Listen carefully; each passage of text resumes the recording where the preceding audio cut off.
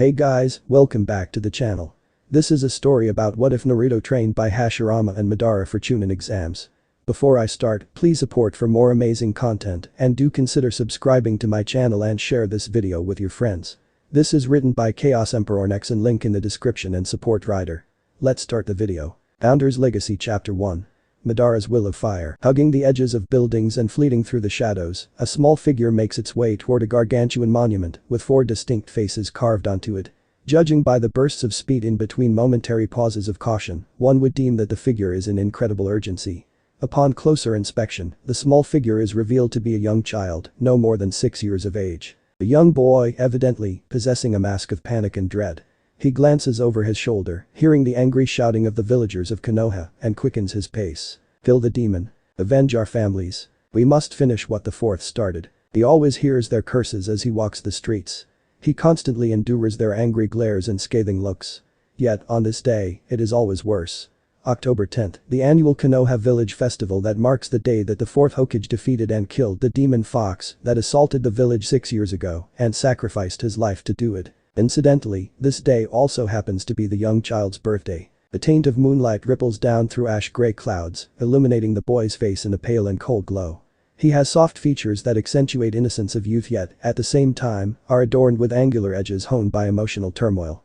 His cheeks are faintly marked by thin lines resembling whiskers, nearly unnoticeable on his already fair complexion. Pale blonde hair that blends in with the moonlight in an eldritch fashion, wildly crowns his head. It is his eyes, however, that reign as his most prominent and memorable features. They are twin pools of sapphire that shine through his weak and sorrow-filled aura. They sparkle with a mischievous intelligence and radiate that childish mirth found in all but the most depraved young. However, if one was to closely inspect those eyes, one would be alarmed to find a different shade of his eyes, touching the edges of his irises. Hard glacial ice was slowly creeping over the eyes. Uzumaki Naruto. Orphaned and alone, he is hated and loathed for reasons unknown to him. He has spent the years of his very short life hiding and surviving in an environment of abuse and suffering. He knows only anger and hate and feels only sorrow and angst, leading him to adopt a persona of a cheerful and vibrant prankster, which, in truth, is but a mask to draw attention to himself and hide the crushing grief he is burdened with. Man oh man, why didn't I listen to the old man, he says in regret. He recalls how his surrogate grandfather, the third Hokage, had told him to come to the Hokage Tower first thing in the morning, where he would be spared from the villager wrath and not to leave until the next day. Unfortunately, the characteristic impatience and quick settling of boredom in youth got the better of him and he had left the safety of the Hokage's office to find some entertainment. Naruto could hear the shouts getting louder and louder, which could only mean that he is about to be caught and obtain a viscous beating. Again, he quickened his pace and arrived at a large tree growing into the side of the Hokage mountain. It was an impressive oak, the largest in the entire village. He never really came to this part of the village so he didn't see it too often. He stood in awe of the majestic tree, momentarily forgetting his plight. He remembered the words the old man had spoken to him too long ago when they were walking through here. Flashback, Naruto was walking hand in hand with Hiruzen Sarutobi, the third Hokage. He was a wizened old man, possessing a vast wisdom obtained through years of hardships and struggles for the sake of his people and village. He took a puff from his pipe and let out a ring of smoke. His eyes crinkled as a smile spread across his face. Ah, look Naruto, we have arrived at Hime-sama's garden, the old Hokage proclaimed merrily. Hime-sama, where? The bright-eyed blonde looked around expecting an actual person. Right in front of you my boy. Huh? The boy said quizzically while scratching his head. Gigi, you're showing your age. There's no one in front of us. All I see is a giant tree. Sarutobi chuckled to himself. That is Hime-sama Naruto. She has been with us since the beginning of the village and silently watched over us. Again, Naruto looked puzzled. Why would you call it tree Hime, he asked. Taking a long puff from his pipe, Sarutobi blew out a long line of smoke. Well you see Naruto, Konohagakure was founded by 2 men, the first Hokage and his very best friend. As a token of friendship, Shadai-sama gave his friend a small plant which he planted right here to mark the foundation of our village. That's how Hime-sama came to be. She has been graced by the hands of both our founding fathers. Wow. That's so cool, exclaims the boy excitedly. Hey Gigi, were they strong? Sarutobi began laughing loudly. Were they strong? They were the absolute strongest. Entire armies fled before them and it was said that together that they were invincible. Wow. Did you ever meet them? Why yes. I did as a matter of fact. I met them when I was around your age. Truth be told, when they weren't busy running the village they were often found right here. I saw them here on many an occasion. Flashback end. Naruto was brought out of his reverie by the angry curses that were coming from behind him. Not wanting to take his chances on running away, he decided to climb and hide in the foliage of the tree.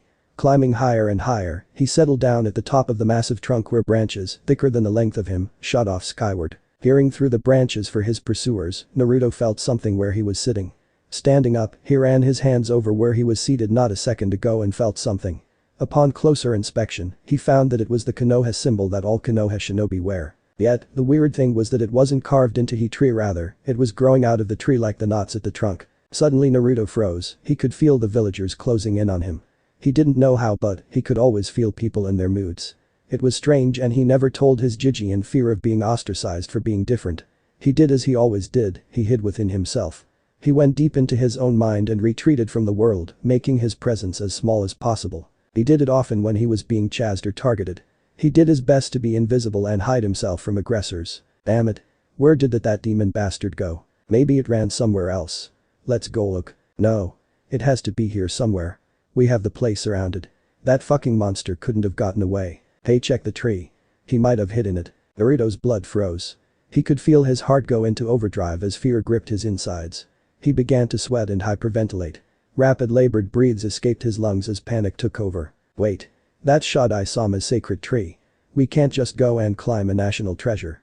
The Anbu will have us in chains, one of them proclaims. Who gives a fuck? I'm taking that fucking demon out if it's the last thing I do, another said venomously. Naruto was completely taken over by terror at this point as he saw the leaves rustle, indicating someone was making an ascent up the tree. In that moment of pure terror, Naruto, unbeknownst to him, flared his chakra. Next thing he knew he was falling downward into a black abyss. Ugh, what happened? Said a disoriented Naruto as he sat up and rubbed the back of his sore head. The last thing he remembered was falling all of a sudden when the angry villagers began to climb up the tree. Naruto took a look around his surroundings and found that he was in a dark room. Glancing upwards, he noticed a dark tunnel of some sorts that led straight upwards. It's probably where I fell from. Naruto stood up, intent on exploring this newfound place. Just as he took the first step forward, several lanterns on the ceiling lit up, bathing the room in a warm white glow. Wow, Naruto whispered in wonder. The room was larger than his entire apartment. The walls were wooden and adorned with intricate designs and carvings. On one wall there were two large symbols etched on it, one he recognized as the Uchiha clan symbol, the other he had no clue, but he felt that he had seen it during his frequent visits to the Hokage's office. There were several large and comfortable sofas off to the side and a small wooden table with several scrolls and books on it. He walked over to the table and picked up what appeared to be several loose papers bound together by a leather cord running through a hole in the top left-hand corner. Whoever wrote on it had really neat handwriting as it seemed to Naruto to look like the calligraphy that Jiji practiced. He began to read the contents of the first page. One of the first things Madara and I intend to do is open up an academy where our children may learn the shinobi arts.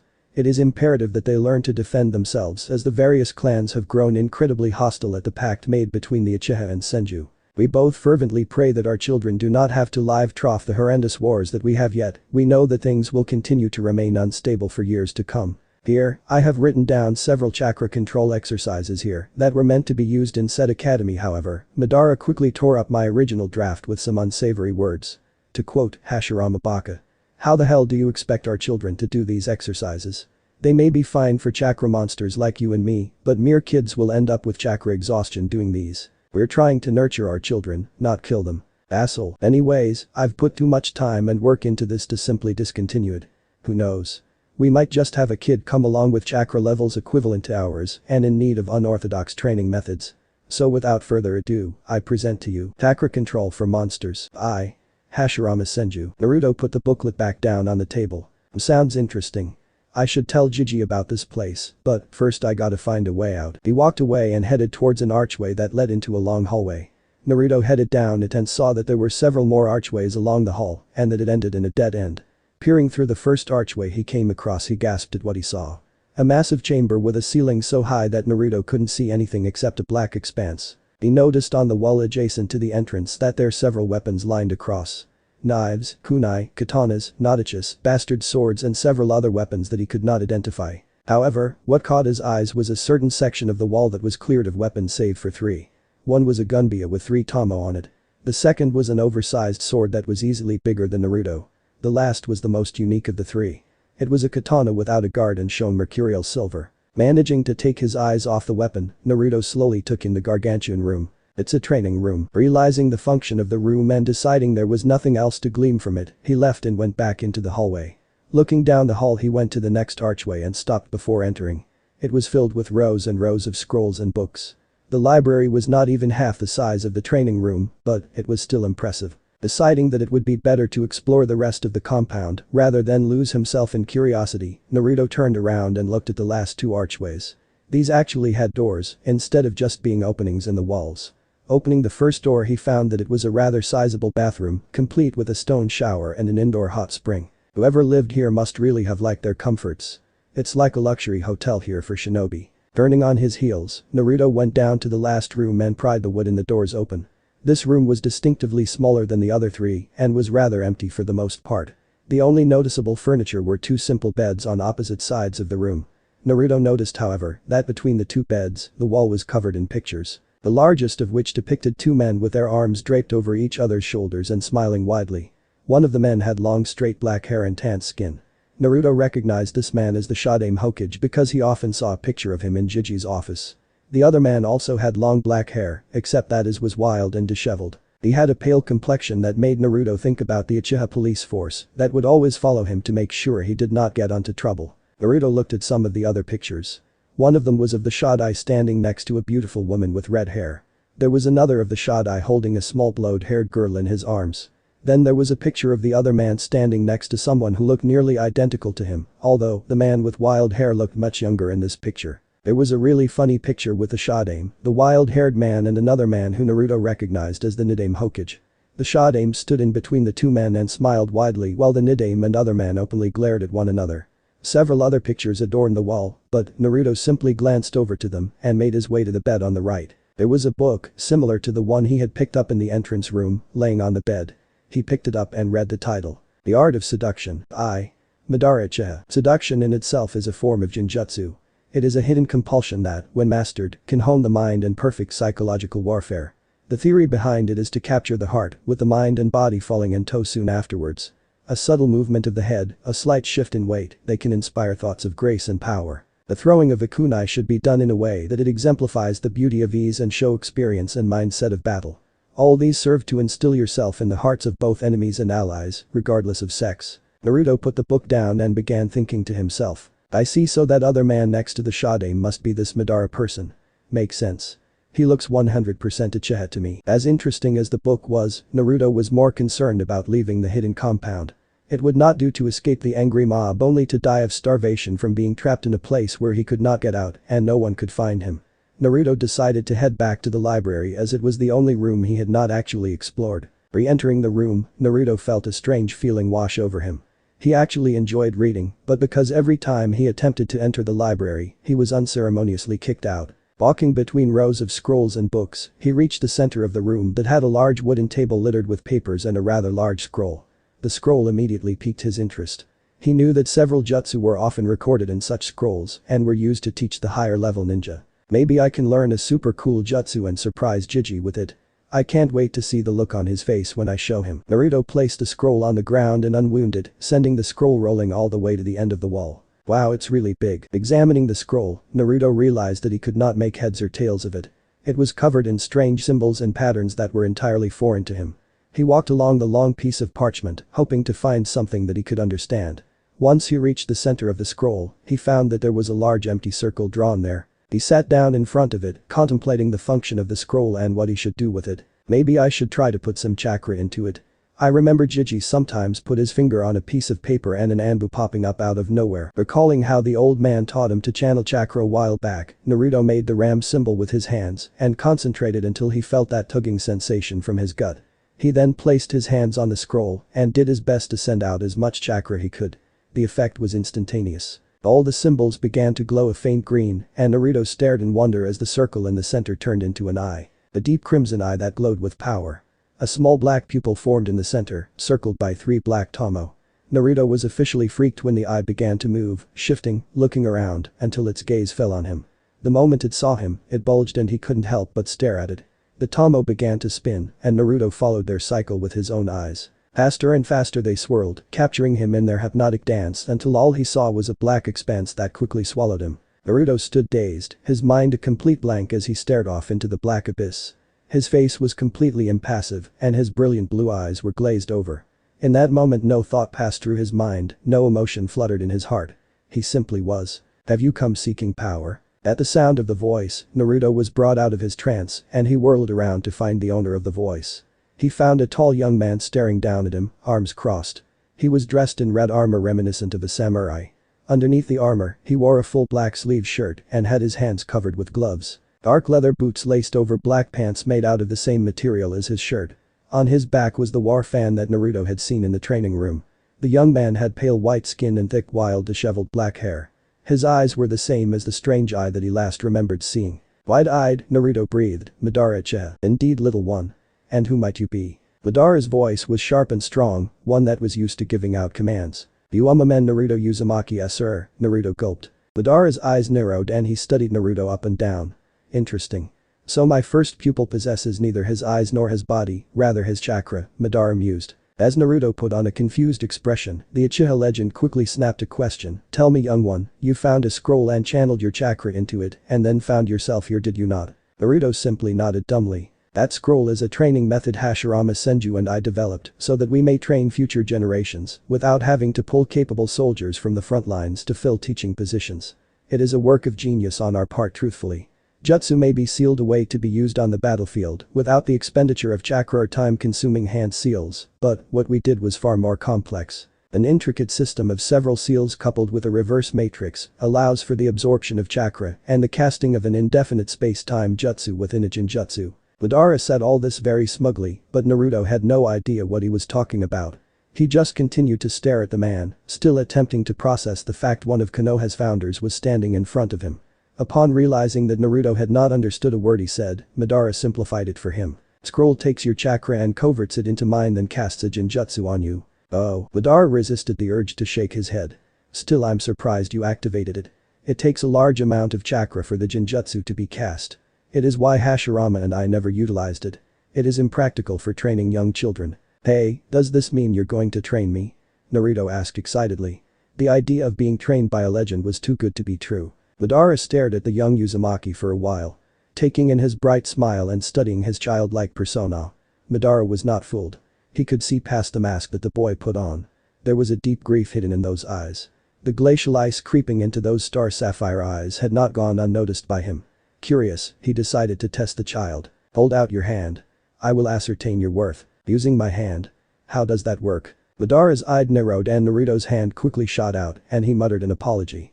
This was not a man who you question, Naruto realized, because at that moment he became very frightened.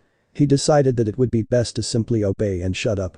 Madara took hold of the boy's hand and closed his eyes in concentration. They stood in this position for several minutes until Madara dropped Naruto's hand and opened his eyes. Naruto couldn't help but notice that his eyes were filled with bitterness and also held an undercurrent of sadness. The Uchiha himself was sorting through the memories he had just viewed in Naruto's mind and suffice it to say, he was pissed. It seems we failed old friend. According to this boy's memories, our clans are practically extinct and Konoha has degraded into the bigotry and ignorance that led to the very loss of our families. The very thing you and I fought so hard against. Sighing, Madara took in the sight of the boy in front of him, so filled with hope and innocence. A profound sadness washed through him at the realization at what the very village he worked so hard to create did to this child. He couldn't help but remember raising Izuna, who had that same smile. It was disturbing what the young Uzumaki went through. It was just as bad, if not worse than his own childhood of constant war and bloodshed. No, it was definitely worse. Madara had been raised in war, this child had been abused in peace and false safety. I have gone through your memories young one, and I've made a startling discovery. Naruto's smile faltered. Did I fail? Tell me Naruto, do you know what the Bijuu are? Bijuu, the young boy asked innocently. You mean like the nine tails? Indeed, the Kyuubi is amongst the Bijuu. They are beasts of unimaginable power.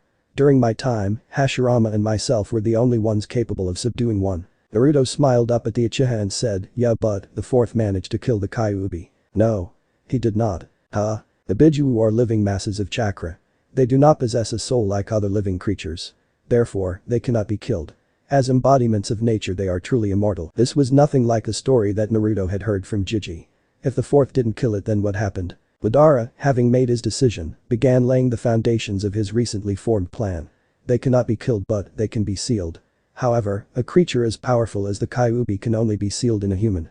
More so, that human must be very young, so that its flexible chakra coils can adjust to the Bijuu's chakra, else they will die and release the Bijuu. You mean to tell me that the fourth Naruto never finished his sentence as realization dawned on him.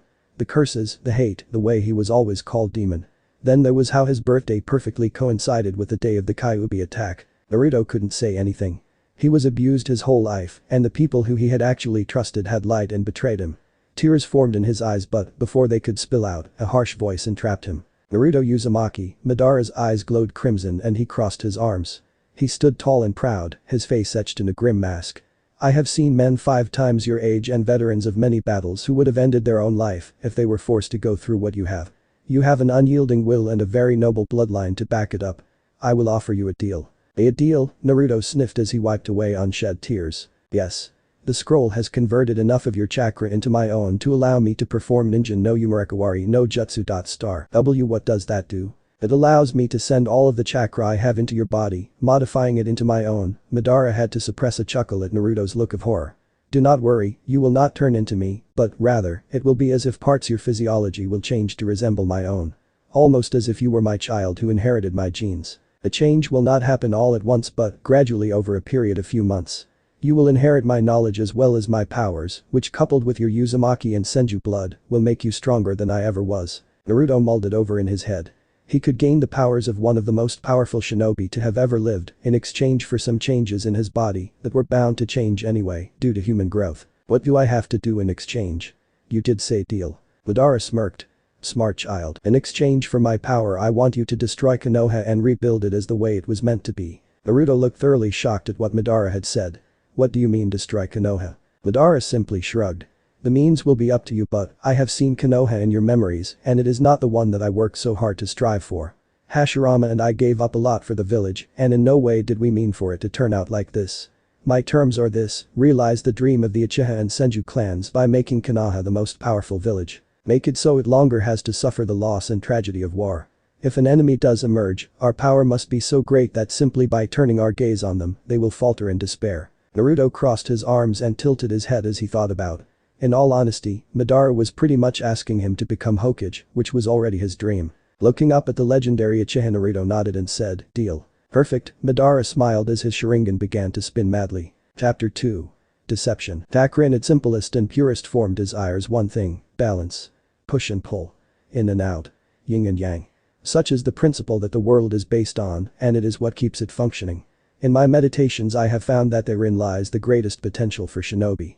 By utilizing what I like to call true chakra, a human can unlock a newfound power and untapped potential. The difficulties, however, is that humans, over time, have come to develop elemental affinities through constant use of jutsu. A single person becomes fond of a certain element and utilizes it throughout their life.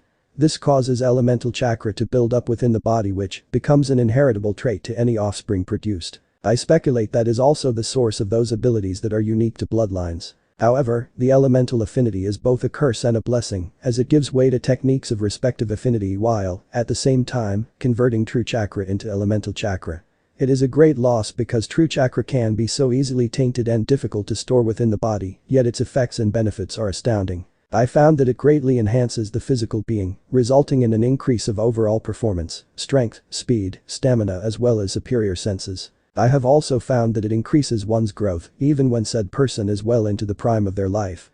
Aging process is also significantly diminished, evident by the fact that at the age of 36 I look barely 25, and, if I manage to die a natural death, I believe that the human lifespan will also be increased a great deal. I theorize that perhaps the Uzumaki clan somehow has a hidden reservoir of true chakra within their bodies, hence their great vitality and unnaturally long lifespan. The only way to unlock true chakra is through intense meditation and excellent chakra control.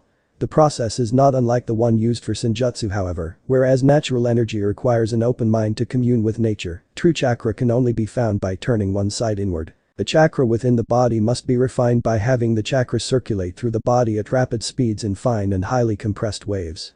This is extremely dangerous, as if it is not done with the proper amount of control the body will be torn to shred from the inside and is guaranteed to result in death. After 2 hours of circulation, the elemental chakra will be forced out of the body. Slowly cease the circulation of chakra and allow it to spread to every cell in the body. When the body is saturated, continue to meditate and allow body to gradually adapt to the true chakra. Once the process has been repeated for several days and the body has become accustomed to it, you can seal true chakra within your body, allowing you to utilize in battle without fear of having it tainted by elemental chakra. Final excerpt, Hashirama Senju. Naruto closed the book after reading over the passage for the 23rd time. He couldn't help but marvel at the wonders that the Shodaime had discovered. Where the man found the time to experiment on jutsu and his crazy theories with all the wars he fought in, Naruto didn't know.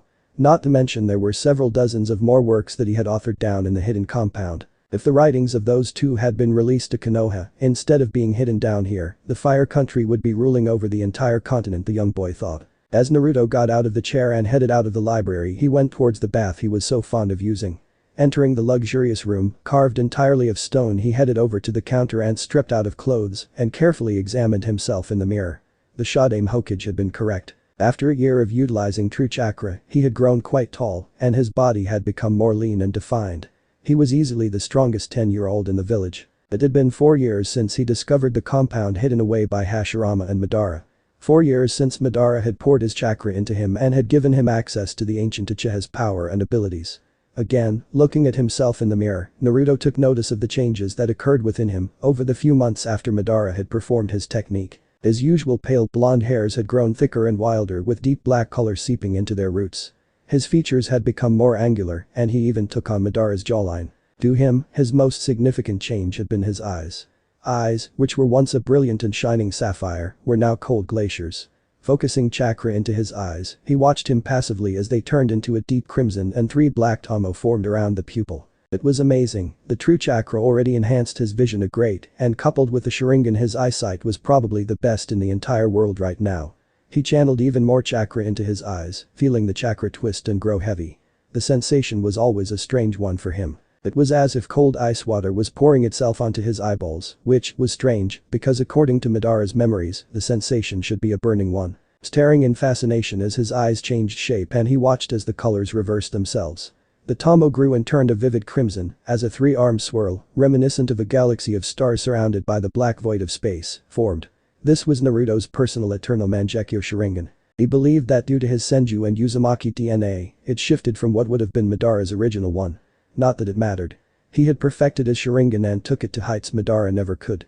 Deactivating his EMS, Naruto slipped into the hot waters of the underground spring. Though ye say what you will about the two founders of Konoha, they knew how to relax in style. He had spent the first 2 years after Madara had performed the ninja no Umurakawari, no jutsu doing nothing but chakra control exercises and physical training. With Madara's massive repertoire of jutsu at his command, he really didn't need to learn any additional jutsu for the time being. Of course the most challenging thing in his training regime happened to be his physical growth. With growing taller and his limbs getting longer at a rapid rate, it proved extremely difficult to keep up with his taijutsu and kinjutsu training regimes.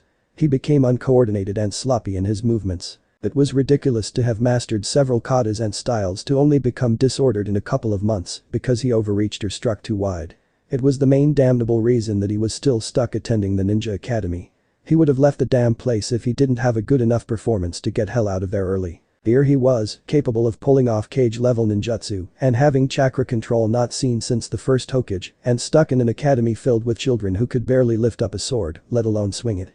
He was actually capable of passing the exams. However, he would be forced to use higher-level techniques that would give away his advanced training. The worst part was, since the council became fearful of another Itachi Uchiha, they rose the graduation age from 12 to 14. I should be out there putting my plan into motion to destroy this pathetic weak village and replace it with my own.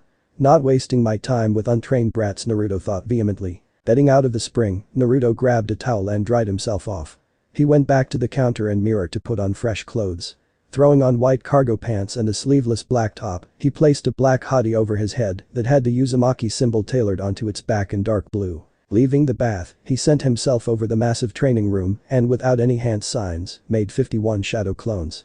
The odd number being because one would have to go to the academy and suffer through the cumbersome lays of prepubescent drama. Oh, why do day is taijutsu practice day, damn it. I'll have to go myself. He could easily take any academy student or Chunin instructor, but it was always best to be cautious. A true shinobi is always looking for the unexpected and never takes any unnecessary risks.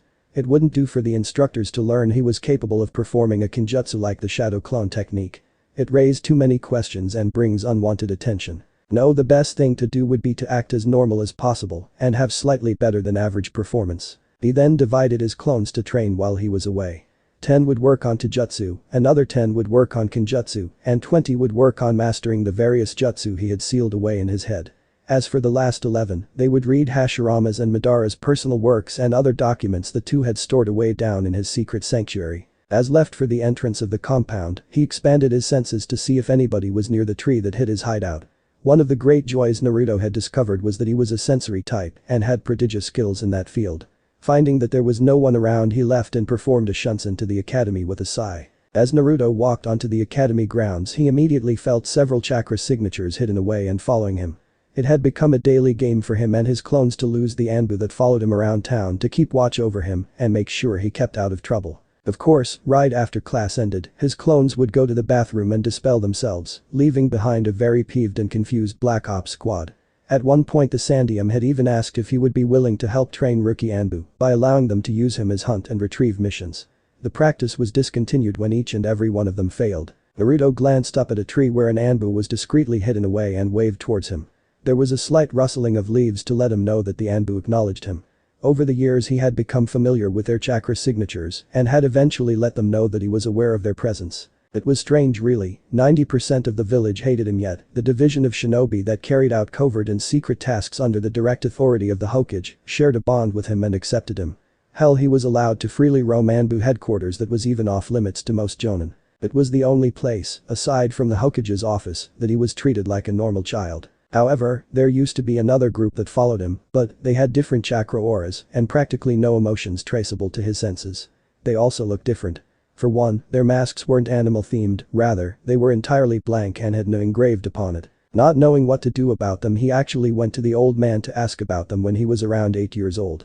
Granted, he had to indirectly inform the elderly Hokage that he was a censor, but it was worth it. Naruto inwardly smiled at the memory that led up to that particular visit. Flashback, Naruto made his way up to the Hokage's office and nodded at the Anbu standing guard as he was regularly seen coming and going.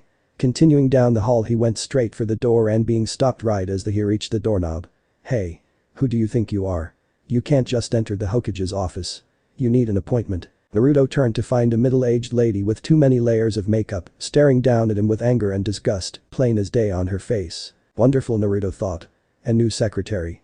Guess this one hasn't been trained yet. And besides, the woman sneered in a hushed tone. The Hokage wants nothing to do with you, you demon brat. So it's going to be like that, huh? Naruto thought as he raised an eyebrow. Then he abruptly turned on his heels and marched back down the hall towards to the two Anbu, which one of them he recognized. Oh good, it's Kat. With her here this is much easier. As soon as he got close, he activated one of Madara's most powerful and devastating jutsus. Puppy dog eyes no jutsu. The moment Kat saw the little blonde boy with wide watery eyes and quivering lower lip, all Anbu training went out the window, and she immediately enveloped him in her embrace and said, "Oh Naruto, baby, what's wrong? Did someone hurt you?" Naruto gave a few sobs and let tears fall onto the Anbu's shoulder before he answered her. "See, Katamai is Snifrelia a monster. That mean old lady said that I'm an evil demon and sniffed that I killed the Yondaime. No, of course not, sweetie, that old lady just forgot to take her medicine, and when she does she says crazy things. Hawk here will go take her to the hospital, won't you, Hawk?" "Of course I will," said the tall male Anbu. With that he walked down the hall, muttering about heartless civilians picking on innocent kids, leaving Naruto still being embraced by Kat, who was now running her fingers through his hair. Within seconds there was the sound of indignant shrieking, and then it died out, going eerily quiet. Hawk returned carrying an unconscious secretary across his shoulder. "I'm taking her to the hospital, okay? She won't bother anyone anymore." Naruto simply nodded and wiped a tear away as Hawk left with the rotten bitch. Kat put her hands on shoulders and looked at him through the eye holes of her mask. "You can go talk to Hokage-sama now, but first," she lifted part of her mask revealing a delicate jawline and tilted her head towards him. Naruto pecked her on the cheek and smiled. "Bye, Kat." "Bye, Naruto. Behave yourself." "I will." As he turned back into the hall, a pale smile crept onto his face along with a single thought, suckers. He then walked past the now empty secretary desk and entered the Hokage's office. Poor Gigi is going to have to find a new secretary, hopefully one that has some common sense this time. Flashback end. Naruto sighed as he entered the academy. To him, there was no hell greater than the sheer boredom he was put through in this place. He mentally promised himself that in his Konoha, the academy would center more on practical studies rather than theory-based ones. Less lecture and more sparring. Honestly, I should just let Kurama run free and destroy the place. At least one of us wouldn't be bored. No, he couldn't do that, the more logical side of him argued. In order to build the most powerful nation on the damn continent, he would have to do things strategically and subtlety. With another sigh, he made his way to his classroom and mentally erased the screeching and yells of his fellow peers. It's going to be a long day. 2 years later, Naruto was making his way towards the Hokage's office, his glacial eyes filled fierce determination. He walked with the gait of a man with a mission. His face said impassively yet, a hint of mirth showing through. Naruto had grown even taller over the past 2 years.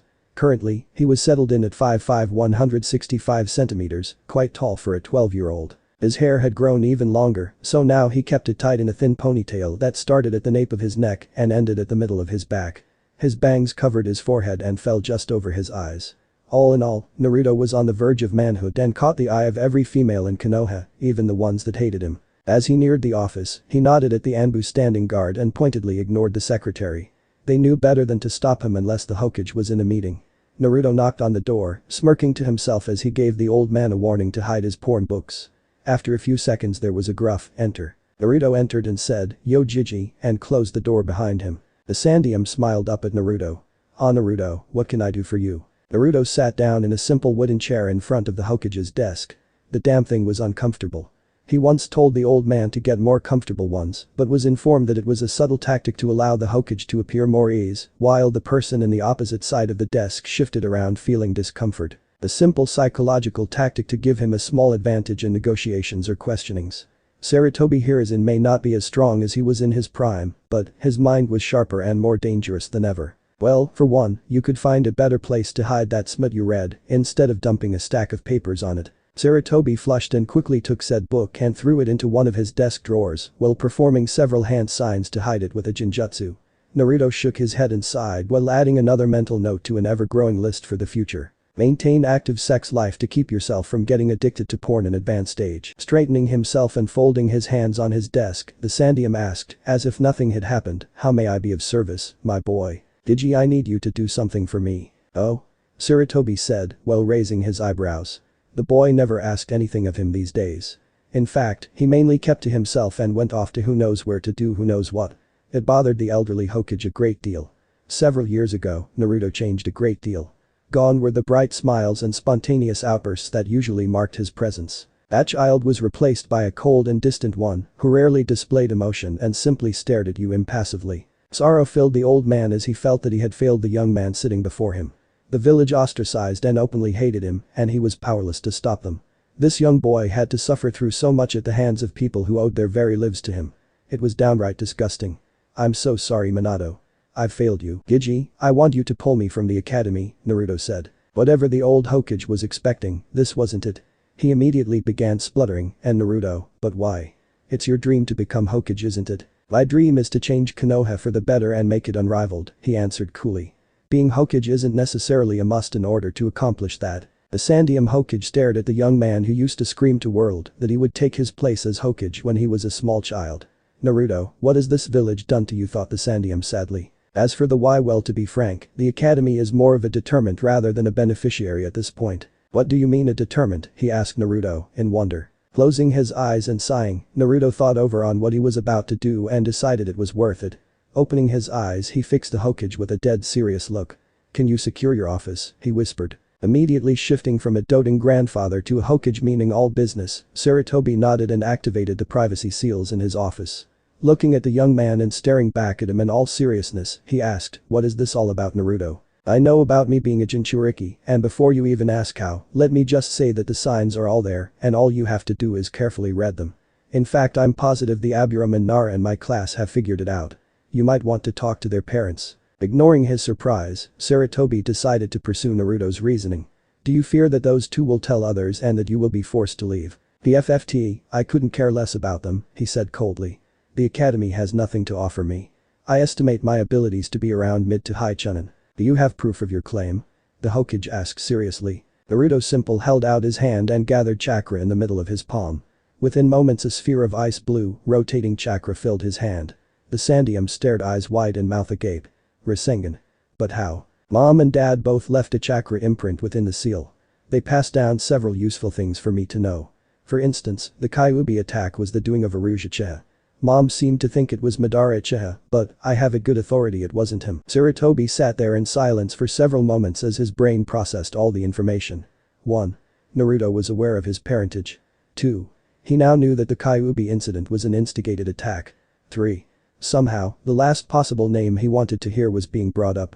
Pushing aside Naruto's lineage, he focused on the Kyuubi incident. What do you mean by good authority? When it isn't trying to rip me to shreds, the Kyuubi sometimes speaks with me. It informed me that it is familiar with Madara Uchiha's chakra, and this Uchiha wasn't him. Not to mention Dad was also pretty adamant that it wasn't him. You might want to look for any Uchiha unaccounted for before Itachi slaughtered them. Sarutobi sighed as he leaned back into his chair and ran his hands over his wizened face. Very well Naruto, you have given me much to think about. And my request, the blonde boy asked. I will take you out of the academy however, the law does not permit you to become a genin until you are 14. You will have to take the genin test with your graduating class. Naruto nodded and got up to leave but before he could reach the door the Hokage had called out to him. Naruto, you said that Minato was adamant it was not Madara Uchiha. Do you know why your father would say that? Naruto smiled inwardly. He had purposely inserted that piece of information, or rather lie, knowing the old man would catch onto it. Gigi, you know that my father came to Konoha as an orphan refugee during the Second Shinobi War, right? Sarutobi nodded his head not seeing where this was going, but let Naruto continue. Well actually my dad was sent to Konoha by his sickly mother after his father died, so that he would be safe. Sarutobi frowned to himself. That wasn't the story that Minato had told him numerous times over the years. You see Gigi, Dad's dad, my grandfather, just happens to be Madara Uchiha, and the two of them were apparently quite close. The Sandium Hokage gawked at Naruto in bewilderment. His reaction was quite hilarious, and if Naruto wasn't in the middle of an Academy Award-winning performance, he would have laughed. Why you can't be serious Naruto? Sarutobi spluttered. Naruto closed his eyes in a silent sigh, and the Sandium stared in horror when he reopened them. A pair of fully mature crimson Sharingan stared at the old Hokage. Ironic isn't it? The Leaf's greatest hero happens to be the son of its greatest traitor. Sarutobi was mentally exhausted at this point. Naruto had let on just one startling revelation after the next. To think that Minato of all people was the son of Madara Uchiha was a near impossible concept. Yet, here was Naruto. Minato's son was staring down at him with a Sharingan. Gigi. I am not in the habit of handing out family secrets. I trust that you will keep this to yourself. All of it. Sarutobi simply nodded absently, still attempting to absorb the shocking revelation about his predecessor. Good. Also I would like to tell you that I do not begrudge you on your choice to keep my parentage secret. It's bad enough that Konoha hates me, I do not need Iwa and Kumo on my ass as well. Falling out of his thoughts, the Sandium fully realized the weight of Naruto's words. I am sorry Naruto. I really wish to tell you but your safety was paramount. I also wish that I could have announced it to the people to keep you from being hated, but the elderly Hokage sighed as his shoulders slumped. No need for apologies.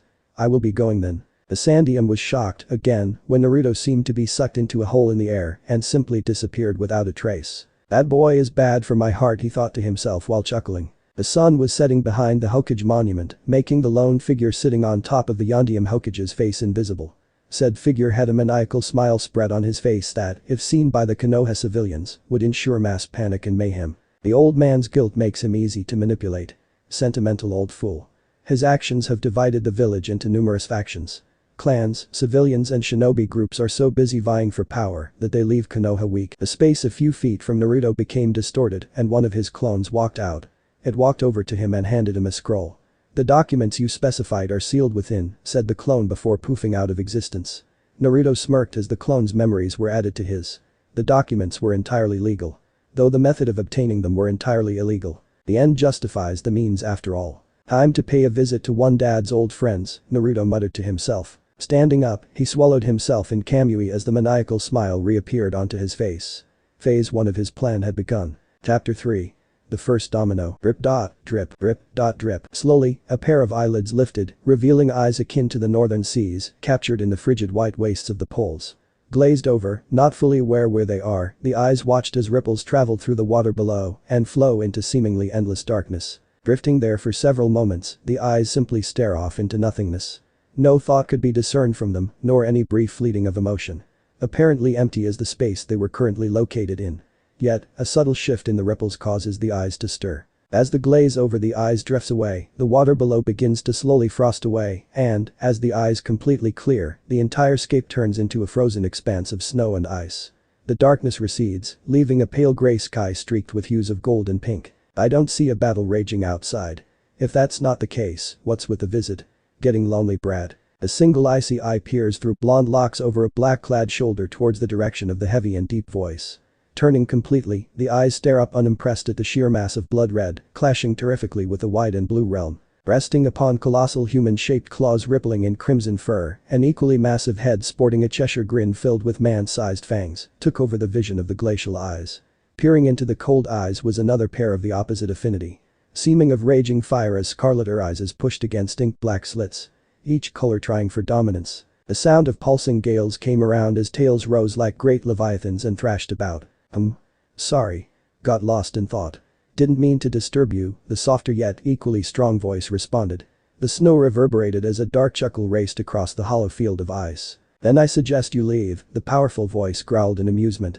The little snake is about to ensnare you. With that, a massive claw smashed down onto the opposite eyes and the body they belonged to. Naruto's eyes snapped open as he was forcibly ejected back into reality. He glanced at the halls covered in dark gray tiles and realized he was walking down an Anbu headquarters corridor. Before he could recall his intentions, a soft pair of somethings were pushed against his back as arms encircled his waist. Immediately a mask of annoyance fell onto his face as his cheek was squished together with another person's. Naru-chan. Were you planning on leaving without seeing little Olemi? A sultry female voice whispered in his ear. Anko, Naruto replied curtly. No need to sound so cold, Naru-chan. Say. How do you get your skin to be soft and creamy? Anko asked while continuously rubbing her cheek against his. Naruto closed his eyes in a silent sigh of annoyance. You know, most women would kill to have skin like yours, not to mention the pleasure of feeling it rub against them during a hot and steamy night. At this point, Anko's hands had entered his kimono top and were now freely exploring his pale chiseled chest. 1. I wouldn't know anything about that. 2. You're molesting me. Anko had now moved her head down and was slowly nuzzling his collarbone with her chin. How cute, Naru-chan. Are you saving yourself for your one-sama?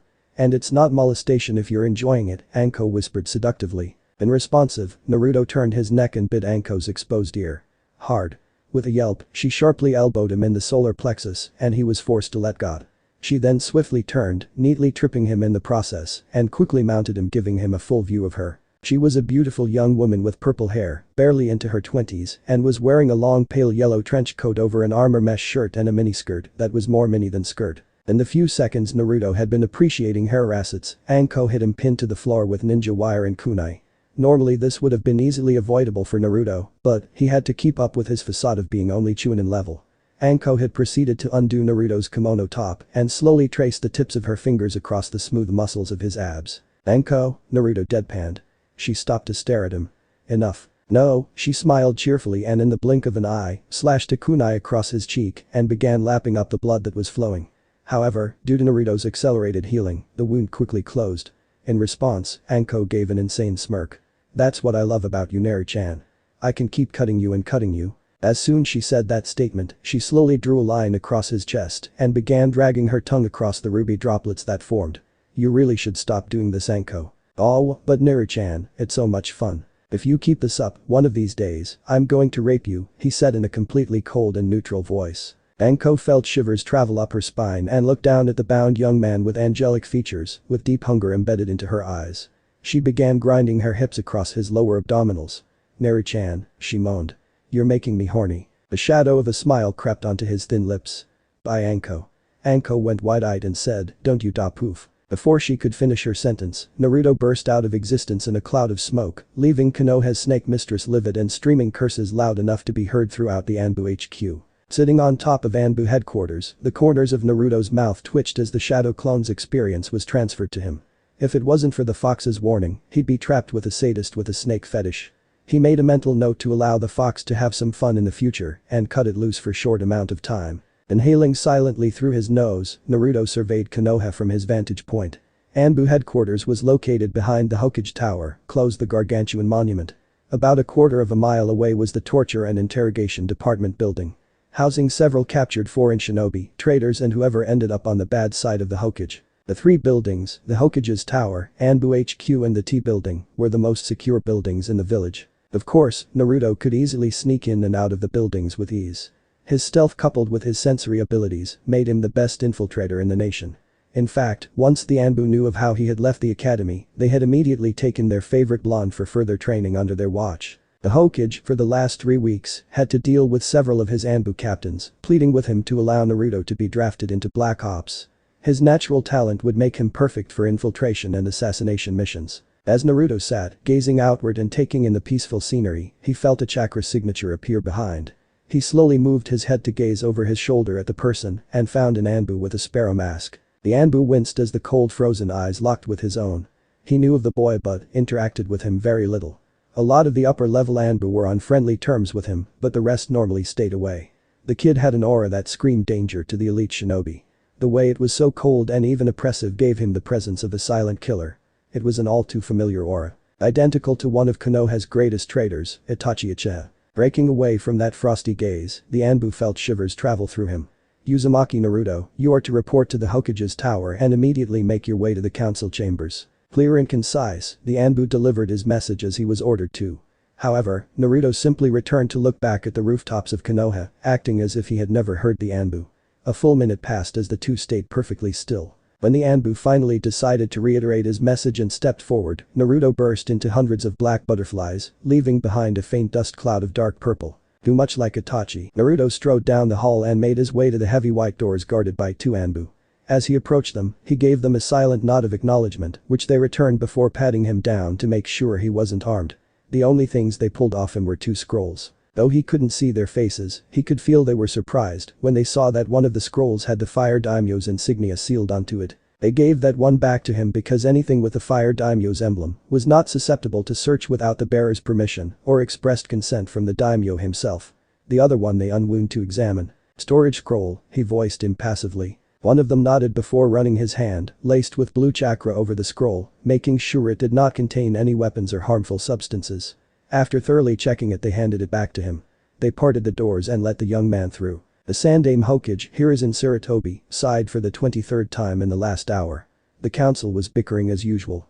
Well, to be fair, the civilian side was bickering, while the shinobi side was doing their best to ignore their counterparts and curb the desire to kill them. It was the usual ritual that went on and usually resulted in nothing getting done. However, the useless prattle quickly fell away as the council doors flew wide open. In strode a tall young man with flowing pale blonde hair and dark streaks of black in his roots. A black kimono top draped over his shoulders and was open enough to show his collarbones, wide and pale. His impassive face, shaped with sharp angles and angelic features, coolly passed over the council. Finally his glacial eyes settled on the Hokage. Sarutobi looked at the young man with confusion and surprise etched onto his face. Naruto, he breathed. What are you doing here? The pink-haired woman from the civilian council stood up. I believe I can clarify that, Hokage-sama. I was the one who had him summoned here. The old Hokage leveled the woman with a glare and she shrunk back into her seat. Councilwoman Haruno. Care to explain your actions? He gritted through his teeth. Well, Hokage-sama, the woman said, trying to act dignified. It has been brought to my attention that this boy, she sneered, is no longer attending the ninja academy. I would like an explanation as to why, and if he will not be a shinobi then what is to be done with him. Several of the civilian council members began to voice their dissatisfaction, saying that Naruto should be forced back into the academy or be put under house arrest. None of them dared to call for his death right in front of him, for fear of breaking the Sandaime's law. It is curious, Naruto's voice broke through the voices of discontent. That Konoha's governing body is so interested in a single academy dropout. Could there a specific reason for this unreasonable interest, he asked innocently. Tension filled the room as Naruto's question brought everyone in the council dangerously close to breaking a law concerning an S-class secret. The Hokage, fully aware of Naruto's knowledge of his status, saw the mirth behind his eyes. Naruto, you devil, what game are you playing? As the council remained deathly quiet, it was Danzo to Hiruzen's left that broke the silence. Is this true, Sarutobi? Have you truly pulled the boy out of the academy? Danzo's question expertly dispelled the tension while simultaneously brushing away Naruto's question. Yes, Danzo, Sarutobi sighed, I took Naruto out of the academy. May I ask why? Asked the bandaged cripple. Indeed, Hokage-sama, we deserve to know what the reasoning behind your decision is, said a disgustingly OP civilian councilman. Amura, one of the Hokage's advisors, spoke up, perhaps it would be best if we dismiss the boy before discussing this matter. Naruto interjected himself in their conversation. There will no discussion of any sort. This council has no jurisdiction over me. The pink-haired Haruno screeched, be silent, brat. We can do whatever. She quickly lost her voice as a cold wave of death slammed down hard into the room, making the Shinobi Council and the Anbu guards tense visibly. Naruto's face had hardened, and his entire body was leaking a murderous aura that was pulsating menacingly. The civilian side looked ready to drop as the visible strain on their faces showed from the oppressive aura in the air. And as soon it was there, it disappeared just as quick. Several of the clan heads glanced nervously at each other, disturbed at how easily a 12-year-old boy could unleash such thick killing intent. Shikaku Nara, head of the Nara clan and Jounin commander, was the second highest ranking shinobi in the village. He shifted in his seat and said, "Naruto-kun, why would you believe that you are not under the authority of this council?" Naruto met the man's gaze, and he shivered at the eye contact with the frozen eyes. "As I am not a shinobi, I do not fall under the authority of the shinobi council, and the same holds true for the civilian side, due to my being a Jinchuriki." The collective gasp went around the room, and everyone stared wide-eyed. No one expected for Naruto to know his status as a Jinchuriki. The Sandaime groaned inwardly at all the crap he would now have to deal with. Naruto's revelation of his knowledge gave the perfect excuse for the civilian council to stir up trouble. "So you know," Danzo stated. Naruto nodded in Danzo's direction. "A Jinchuriki is a military asset, and since I am not a shinobi of Konoha, I fall under the direct authority of the Hokage. No other body may claim jurisdiction over me. This is ridiculous. The demon is aware of itself and is attempting to break away from our control. It is too much of a threat to let it continue to live. We must kill it at once," the pink-haired banshee shrieked. Several of the clan heads visibly winced at the sound of her voice. Tsume Minazuka scoffed at the idiotic bitch. In her opinion, the pink annoyance should be executed for damage she caused to everyone's ears whenever she spoke. It must fall under the category of assault or battery, right? If the Gaki really was the Kyuubi, we'd all be dead, and I doubt there'd be a thing we could do to stop him. So shut up and sit down and give us some respite from that damn awful voice of yours." The squawking woman quickly shut up and sat down while sending a venomous glare at Tsume. Shikaku sighed, "Naruto is right in the legal sense. This council has no authority over him. In fact, the only time someone other than the Hokage would be able to give him an order would be during war. The Ambrat played the rules so well he effectively cut off the entire village's hold on him. The moment we don't have a Hokage, he could walk out the front doors of Konoha and we wouldn't be able to do a damn thing. Troublesome." The civilian council was now in an uproar. They wanted Naruto confined or dead, and he had, for all intents and purposes, left their control. "He's a danger to our village. We should immediately kill him. Our children can't be safe with him around. The Yondaime would want him dead in revenge." At the last remark, the entire shinobi council flared their killing intent at the mention of their beloved lost leader. Mikoto Uchiha, one of the survivors of the Uchiha massacre at the hands of her son, shot up, quivering with rage. "Don't you dare," she seethed. "Don't you dare use Minato's name to justify murder." As the council became deathly quiet, Naruto began to do the last thing called for in this kind of situation. He began stripping. "And Naruto? Just what do you think you are doing?" Sarutobi asked incredulously. By the time he had finished asking, Naruto had taken his kimono top off. Every female in the room blushed furiously as they leaned forward to better appreciate Naruto's smooth abs. Making a one-handed seal, Naruto began to channel chakra, putting everyone, especially the Anbu, on high alert. For the second time since he entered the room, Naruto caused a collective gasp that ushered throughout the room. Everyone stared as the strange symbols appeared in black over the boy's pale chiseled abdominals. Behold, the last act of the Yondaime Hokage. The seal that prevents the Kyuubi from running rampart, Naruto stated with his head held high, as if the seal was some sort of badge of honor. Many people shifted nervously and averted their gaze, as if the smallest act could break the seal and let loose the monster that nearly ended them all. "Boy Gigi. Mind telling us all what kind of seal this is?" Sarutobi frowned and said, "It is an 8-trigram seal designed by the Yondaime Hokage himself. I would know.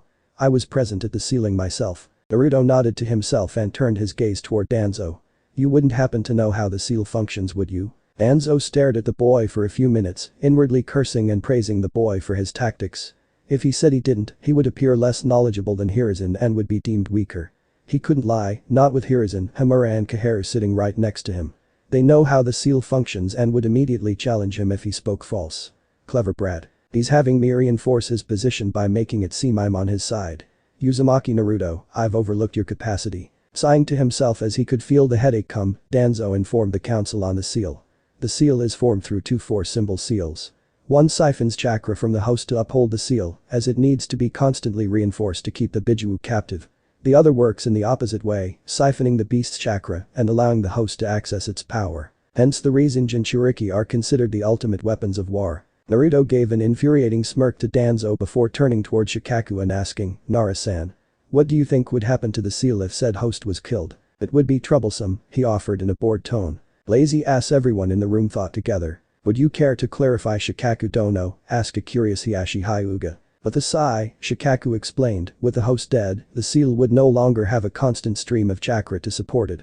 It would fail and release that troublesome fox. Everyone in the room went tense and cast a glance at Naruto. The more clever people in the room realized that Naruto effectively bargained for his life by holding the entire village hostage. A single thought went through their heads. This boy is dangerous. Well, there you have it, ladies and gentlemen of the council. By all means. Go ahead and kill me. Just remember that when you do, you'll be faced with that damn fox, and it's stronger than ever, Naruto said with a vicious gleam in his eyes. Silence filled the room as cold dread settled in every person in the room. Naruto, Sarutobi deadpanned. What do you mean that the fox is stronger? Peering towards the shinobi council, Naruto's face became hard and impassive. His angelic-like face accentuating the cruel edges of his features. You were all there, he stated in a cold hard voice. Deeper and more powerful than what he had used before. What was it like? To be in the presence of the Kyuubi? The shinobi shifted in their seats uncomfortably, preferring not to remember the events of that night 12 years ago. Pale and sweating, Inoichi Yamanaka whispered, it was horrifying. I couldn't even breathe. Just looking at it suffocated me. I thought he was going to go insane with fear. Tao's Akimichi was the next one to speak. I never felt afraid in my life. The fox was madness itself. Its chakra was so thick. So malevolent. I could feel the hate crawl over me. Naruto gave a single nod toward the two men. Indeed, the Kyuubi is a coalescence of chakra filled with malice and powered by a wicked intellect. And it has been feeding, Naruto added while turning toward the civilian side, who flinched with fear in meeting the frigid eyes filled with unbridled fury. Every scathing remark. Every hate-filled glare. All the words of disgust and the consistent beatings. The fox has gorged itself on your actions. For 12 years Konoha has nurtured the fox, empowering it. Everyone looked at the young man in horror as they heard his revelation. Konoha had made its own worst enemy stronger. So yes. Kill me if you will. Just remember, there is no Hashirama Senju to subdue it. No Madara Uchiha to control it. And no Minato Namikaze to seal it. No one could speak. They couldn't find any words to say. What could they possibly say? The boy had proved that his existence was the only thing keeping Konoha safe from the Kyuubi's wrath. And now he tells them that their actions have actually caused the monster to become stronger. The shinobi felt that they had failed the village horribly and were wallowing in guilt. The civilians were sweating bullets in realization that they made an enemy out of Naruto and had caused a possible catastrophe for their livelihoods. Well, Uzumaki-san, you have given us much to think about, and Hamura began, but Naruto cut him off. Don't start thinking just yet. I haven't said everything I came to say. In fact, this whole topic was brought up by your side. It's time I changed the subject to what I want it to be. The Sandaime groaned to himself inwardly. Naruto had even more to say. Wasn't it enough he just shattered every council member's ability to create a coherent thought for the next week? I'm going to need a lot of sake and several volumes of Icha Icha after this. Sarutobi glanced at Naruto and saw him fix his kimono. Once he was done, he pulled out 2 scrolls and tossed them both to him. Sarutobi's eyes went wide as he saw that one scroll had the Fire Daimyo's insignia. This can't be good. A storage scroll first, if you will, Jiji, Naruto said. The Sandaime opened the scroll and released the seal on it, causing a manila envelope to appear. Throwing Naruto a quick apprehensive look, the Hokage emptied the contents of the envelope and frowned heavily at what he saw. Naruto, he said in a warning. Naruto simply ignored him and said, an official birth certificate and DNA test results to confirm that I am the son of one Kushina Uzumaki. Needless to say, the entire room was filled with hushed whispers. Sarutobi on the other hand was racking his brains trying to figure out how Naruto got a hold of these documents. All documents pertaining to the birth of Naruto Uzumaki and any health records were firmly secure as S-class material. Only he and the head of the Mednin had access to those files. How on earth did Hoff course? He used that blasted Sharingan of his. Oh, he and I are having a serious talk after this. That's not possible, someone said amidst the storm of whispers. Sarutobi looked up to see Mikoto Uchiha trembling with unshed tears in her eyes. You can't be, she whispered. Kushina died with her child during the Kyuubi attack. My mother did die, but not before giving birth to me, Naruto said solemnly. The sob broke through Mikoto as she put a hand to her mouth and tears flowed from her soft onyx eyes. She just couldn't help but take in the sight of her best friend's son. Kushina had been a sister to her. Then her eyes widened as she realized something and she said quietly to herself, if Kushina is your mother then. Mikoto. Shikaku snapped while his eyes were fixed to the floor. He then added softly, now is not the place. You knew, she asked accusingly. You knew. And you didn't tell any of us, you didn't tell me. Shikaku, you can't possibly mean, Inoichi asked as he glanced back and forth from Naruto to Shikaku. Shikaku kept his bow and continued to stare at the floor. Dear heavens, Hiashi breathed. How could I not notice, Tsum asked. The Gaki was a carbon copy when he was younger. Still kind of is. The civilian council had been staying quiet since the Kyuubi ordeal, but that didn't deter one pink banshee. Hokage-sama, as a member of this council I demand to know what's going on. Makoto whirled to face Haruno and screamed, shut up you pink-haired slut. This doesn't concern you. Any of you for that matter. How dare you, she screeched back. I am a. Enough. The Hokage's voice cut through the room, imbued with a surge of killing intent. Everyone sat straight in attention. The old man was gone, replaced by the warrior who had lived through all 3 shinobi wars. Makoto, however, was not going to be discouraged. Hokage-sama, they were practically family too. This, Naruto's voice cut through, neutral and perfectly controlled. He did not meet Makoto's gaze and simply looked forward. Is a private matter. It should be discussed in as such. Makoto stared at the boy who was all that remained of her best friends for several moments before nodding her head and sitting down. Jiji, the other scroll if you please. Sarutobi broke the fire daimyo's seal and read the message contained there. Rereading it a few times, the Sandaime put the scroll down and put on a thoughtful face. After a few seconds, the Hokage chuckled and said, Naruto. Yes. You know you would make a fine Hokage, right? Paperwork isn't really my thing, said Naruto with a hint of a real smile for the first time since entering the council chambers. Sarutobi just chuckled again. Suffice it to say, none of the council was too happy being left out of the loop and the building suspense was killing them. Danzo least of all. How long do you intend to keep us waiting? Out with it, Sarutobi. The Sandaime merely rubbed his temples before launching into the fire daimyo's message. Hashirama Senju and Mito Uzumaki had 2 children. 1 son and 1 daughter. The daughter married back into the Uzumaki clan and gave birth to a daughter who was Kushina Uzumaki. Naruto, being the son of Kushina, is a direct descendant of Shadaime-sama and as such is a member of the Senju clan. And seeing on how the current head and only survivor of the Senju clan, Tsunade Senju, has not been in Konoha for over 15 years, Naruto is to take her place as clan head until her return. All titles, rights and property are to be transferred over onto his name. Oh yes, and all lands and holdings the fire daimyo has had in his guardianship that belonged to Uzumaki clan until a proper heir could be found will also be filed under Naruto's name. Naruto will from now on be known as Naruto Senju and will be granted a senior position on the Konoha council as the Senju and Uzumaki clan heads.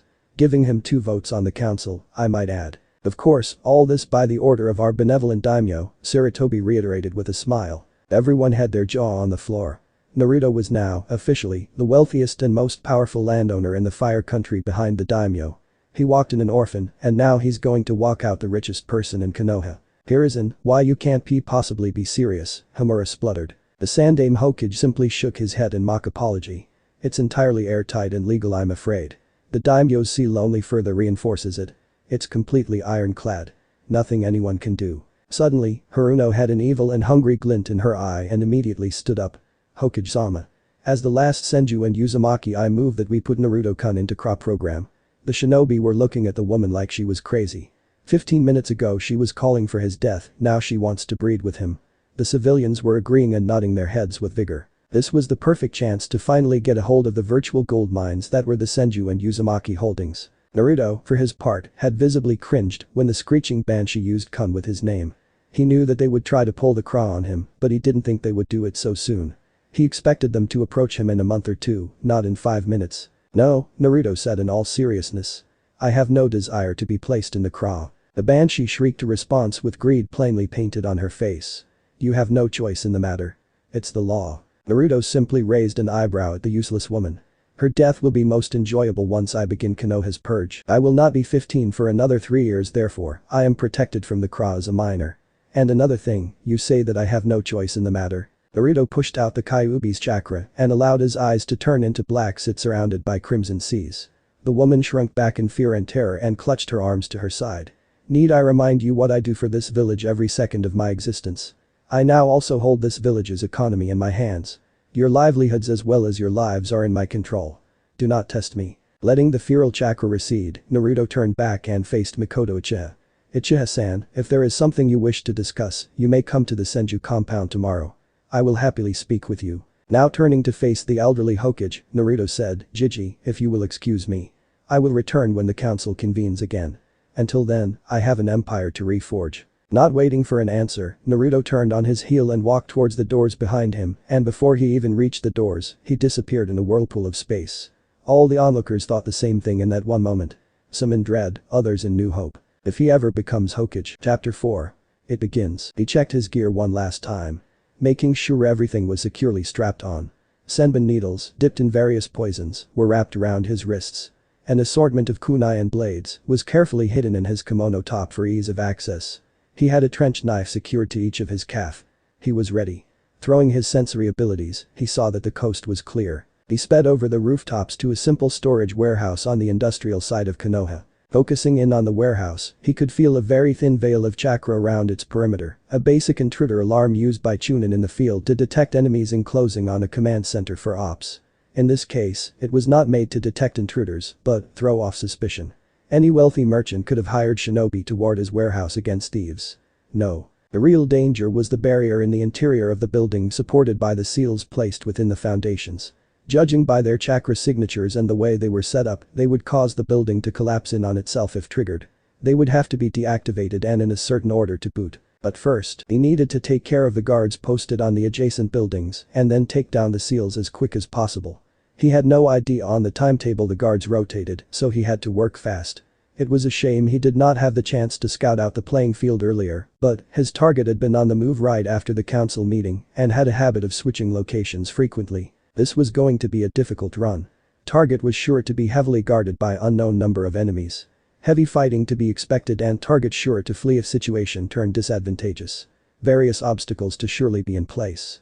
Assailant identity must be kept covert. Oh, not to mention the operation was against the clock. At least I have the cover of the night. But that thought, he shined away towards the watch located on the roof opposite of him. With unrivaled agility, he pivoted on his foot as he landed and plunged a kunai in the back of the guard's head. Yanking it out, the guard went down with a spray of blood. Another body flicker resulted in the same kunai being embedded in another guard's heart. He sent a pulse of chakra, disabling the intruder ward, and quickly moved to shut down the array of seals that served keep the secrets of the warehouse from being discovered. Summoning shadow clones, he had each move over one of the seals and used them to disable the seals that held up the barrier. As he could feel the barrier come down, he dispelled his clones and quickly made his way into the building from an air vent on the roof. As he landed on the floor, he automatically swept the interior with his eyes. Finding nothing out of the ordinary, he made his way to an unmarked crate and kicked it aside to reveal a trapdoor. Another quick analysis let him know that the door had a failsafe that released poison gas if opened.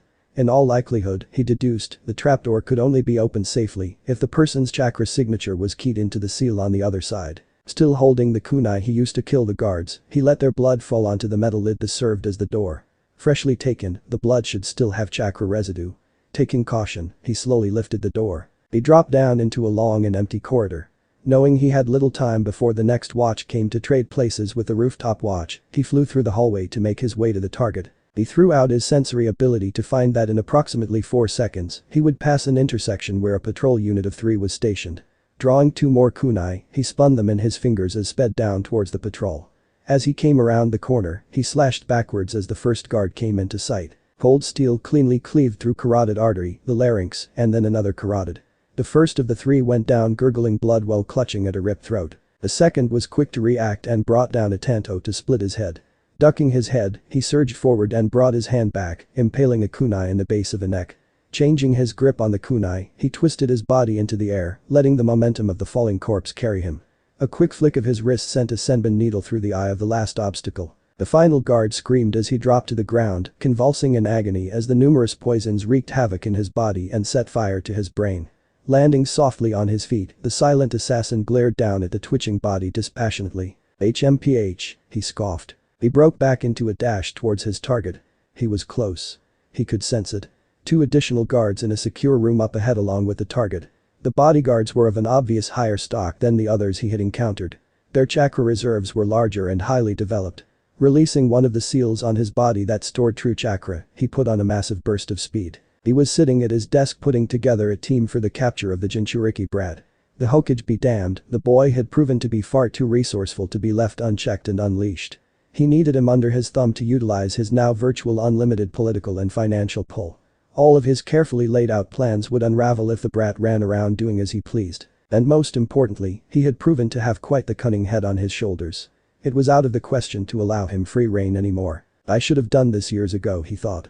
However, back then, the Hokage too heavily guarded the boy, and approaching him without alerting the old monkey was an impossibility. He no longer had the luxury of waiting for an opportunity. He would have to make one. As he sifted through files of personnel that were trained in Fuinjutsu, the door to this particular office of his burst open, and before he could react, the right side of his peripheral vision was lost in a spray of blood. Acting on autopilot, he drew several kunai from the inside of robes and threw them as he launched himself out of his chair. There was a blur of blonde and black as the soft thuds of the kunai hitting the wall behind him.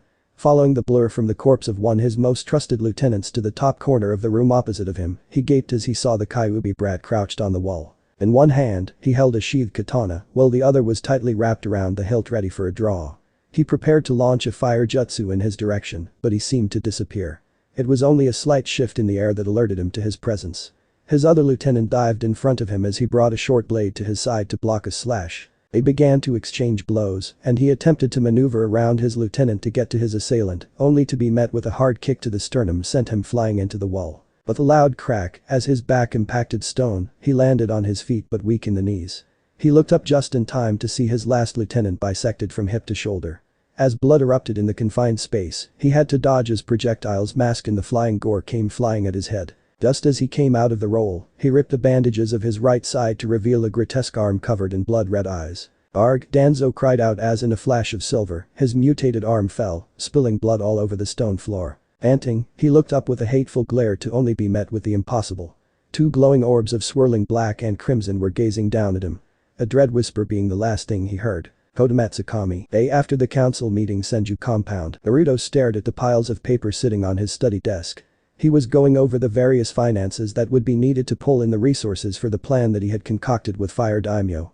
If everything went according to plan, they should be able to run at optimal efficiency within 2.5 years. Already labor was being conscripted and the necessary landscaping had been taken care of. They could begin by the end of the month. Checking the numbers one last time, he headed out of the private study to see how his current project is going. Scores of shadow clones were moving about, restoring the compound to its former glory. The once feared and awed Senju clan had been reduced to this, a simple memory of war. At least the Uchiha clan had a few members left after Itachi's massacre. Albeit, only women and children were left, and most of the women were non-combatants. To make matters worse, all of the children were too young to be trained or in the earliest stages of their primary education. Which only left one Uchiha to actually be in the academy, the Uchiha heir Sasuke. Speaking of Itachi, Danzo's files were disturbing to say the least. That he ordered one of Konoha's greatest military assets to be wiped out showed how deranged he had become.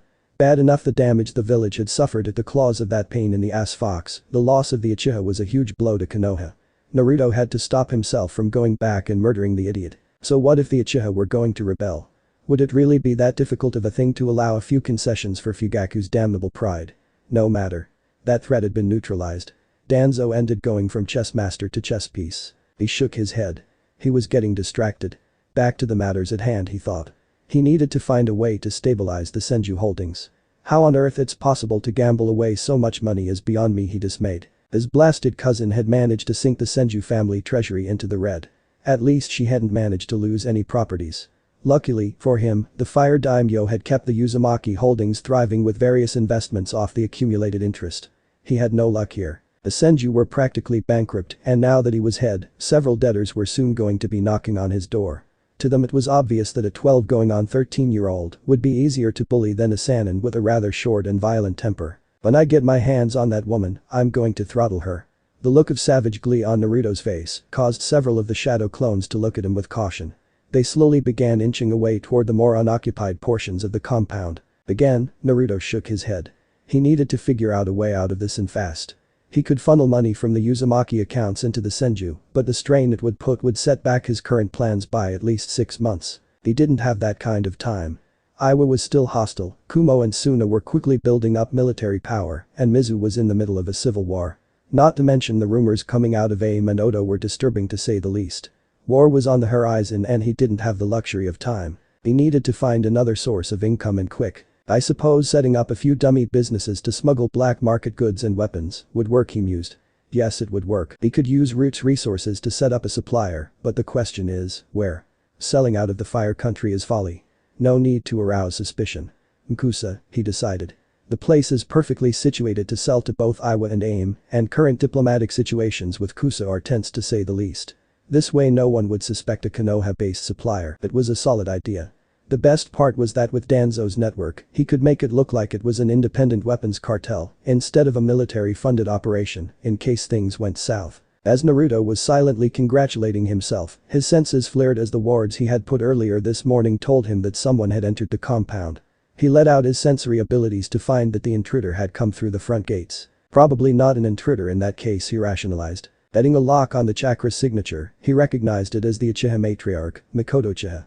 Damn, I suppose I did invite her for a conversation. Time to ready myself for the storm of female hormones and sentimentality, he sighed to himself. He quickly ordered a few shadow clones to prepare tea and some few foods to be taken with it. He had had the foresight to gather a few pleasantries for conversation when he realized he would spend the next few weeks catering to clan heads, local nobles and the ever-opportunistic businessmen. He sent another shadow clone to lead her to the center of the compound, the only portion that was furnished for a polite meeting. He went back into his study to put away the various documents and placed several strong seals to bar entry to any save him. Well, he doubted any would try to sneak in with a virtual army of clones jumping about, not to mention get through the barrier he had set up. Paranoia is a ninja's best friend. He paused for a moment and resolved to set a small shrine for Mito Uzumaki somewhere in the compound. Her scrolls on Fuinjutsu proved to be invaluable and certainly helped a great deal with his initial training in Hashirama's and Madara's compound. As he walked towards the sitting room where Mikoto had been led to, he pondered over his current state of affairs. Things were moving fast. The next couple of years would prove to be critical to the return of Konoha as the world's dominant power. He slid the door open to where Mikoto was seated and saw that she was nervously staring at her hands in her lap. Yet, when he entered, she sharply looked up and he could see the sense of relief that eased its way onto her face, as well as the notable sorrow that misted over her eyes. As he beheld her, Naruto saw that, for a woman her age, she had no noticeable wrinkles. No doubt due to the effects of her strong chakra, a testament to her clan genetics, as well as her own prowess as a shinobi. She had a round face along with the soft delicate chin that was so common in the Uchiha. Her eyes were hawk-like yet a soft velvet black that shone together with her smooth raven black hair. Though it was there. The touch of time accentuated through survival of tragedy and grief. Yet, it did little to deter her attractiveness. In fact, it only enhanced it. All in all, Mikoto Uchiha was an incredibly gorgeous woman. It's a shame she has some 20-odd years on me, Naruto silently sighed. As she slowly rose and Naruto beheld her figure as well, he decided that the Uchiha are nature's way of making the rest of the human race feel bad. Gifted with both prowess on the battlefield of both war and love, they must have been the cause of many a tragedy. He silently mused on following his no-good godfather's footsteps and writing a tale of loss and passion based on the Uchiha clan. Of course he quickly dismissed the thought. He had a world to subjugate to his rule after all. Uchiha Dono, he said with a deep nod of his head, accompanied by a small smile. It is a pleasure to have you grace my home. Oh no, it's my pleasure to be here, she said with a respectful bow. Despite their age difference, he outranked as the head of two ancient clans, regardless of their fall from grace. Though he contemplated if the situation was of different circumstances, she wouldn't have bowed to him, rather have responded with a polite nod. Uchiha have nothing if not their pride after all. As she retook her seat, he settled opposite of the sofa she was on in a large comfortable chair. A silence soon overtook the room as he was content to let her take lead of the conversation.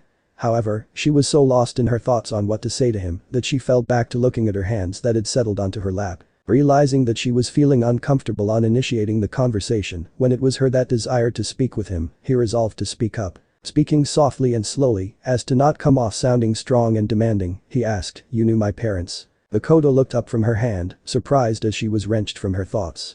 Though, it slowly morphed into sad smile. She nodded her head and smiled a little more widely. "The three of us," she spoke. "We went to the academy together. Same year, same class.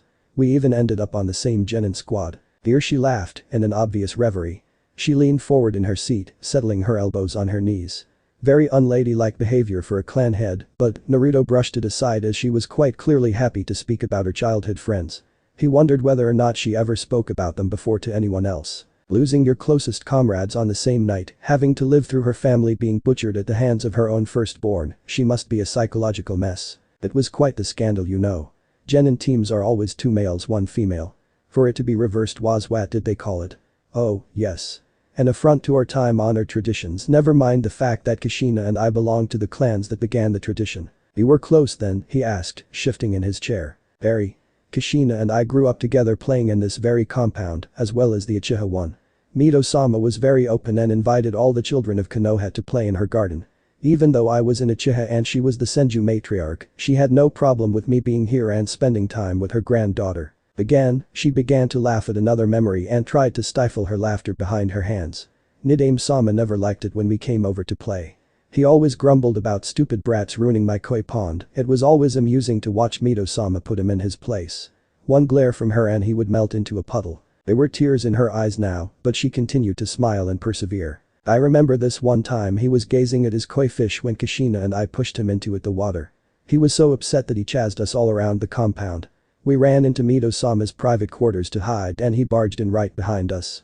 Unfortunately for him, she was getting prepared for a banquet and was in the middle of changing. She hit him so hard that he actually went through several houses before landing back in his precious pond. Even Naruto had to control his laughter at hearing this.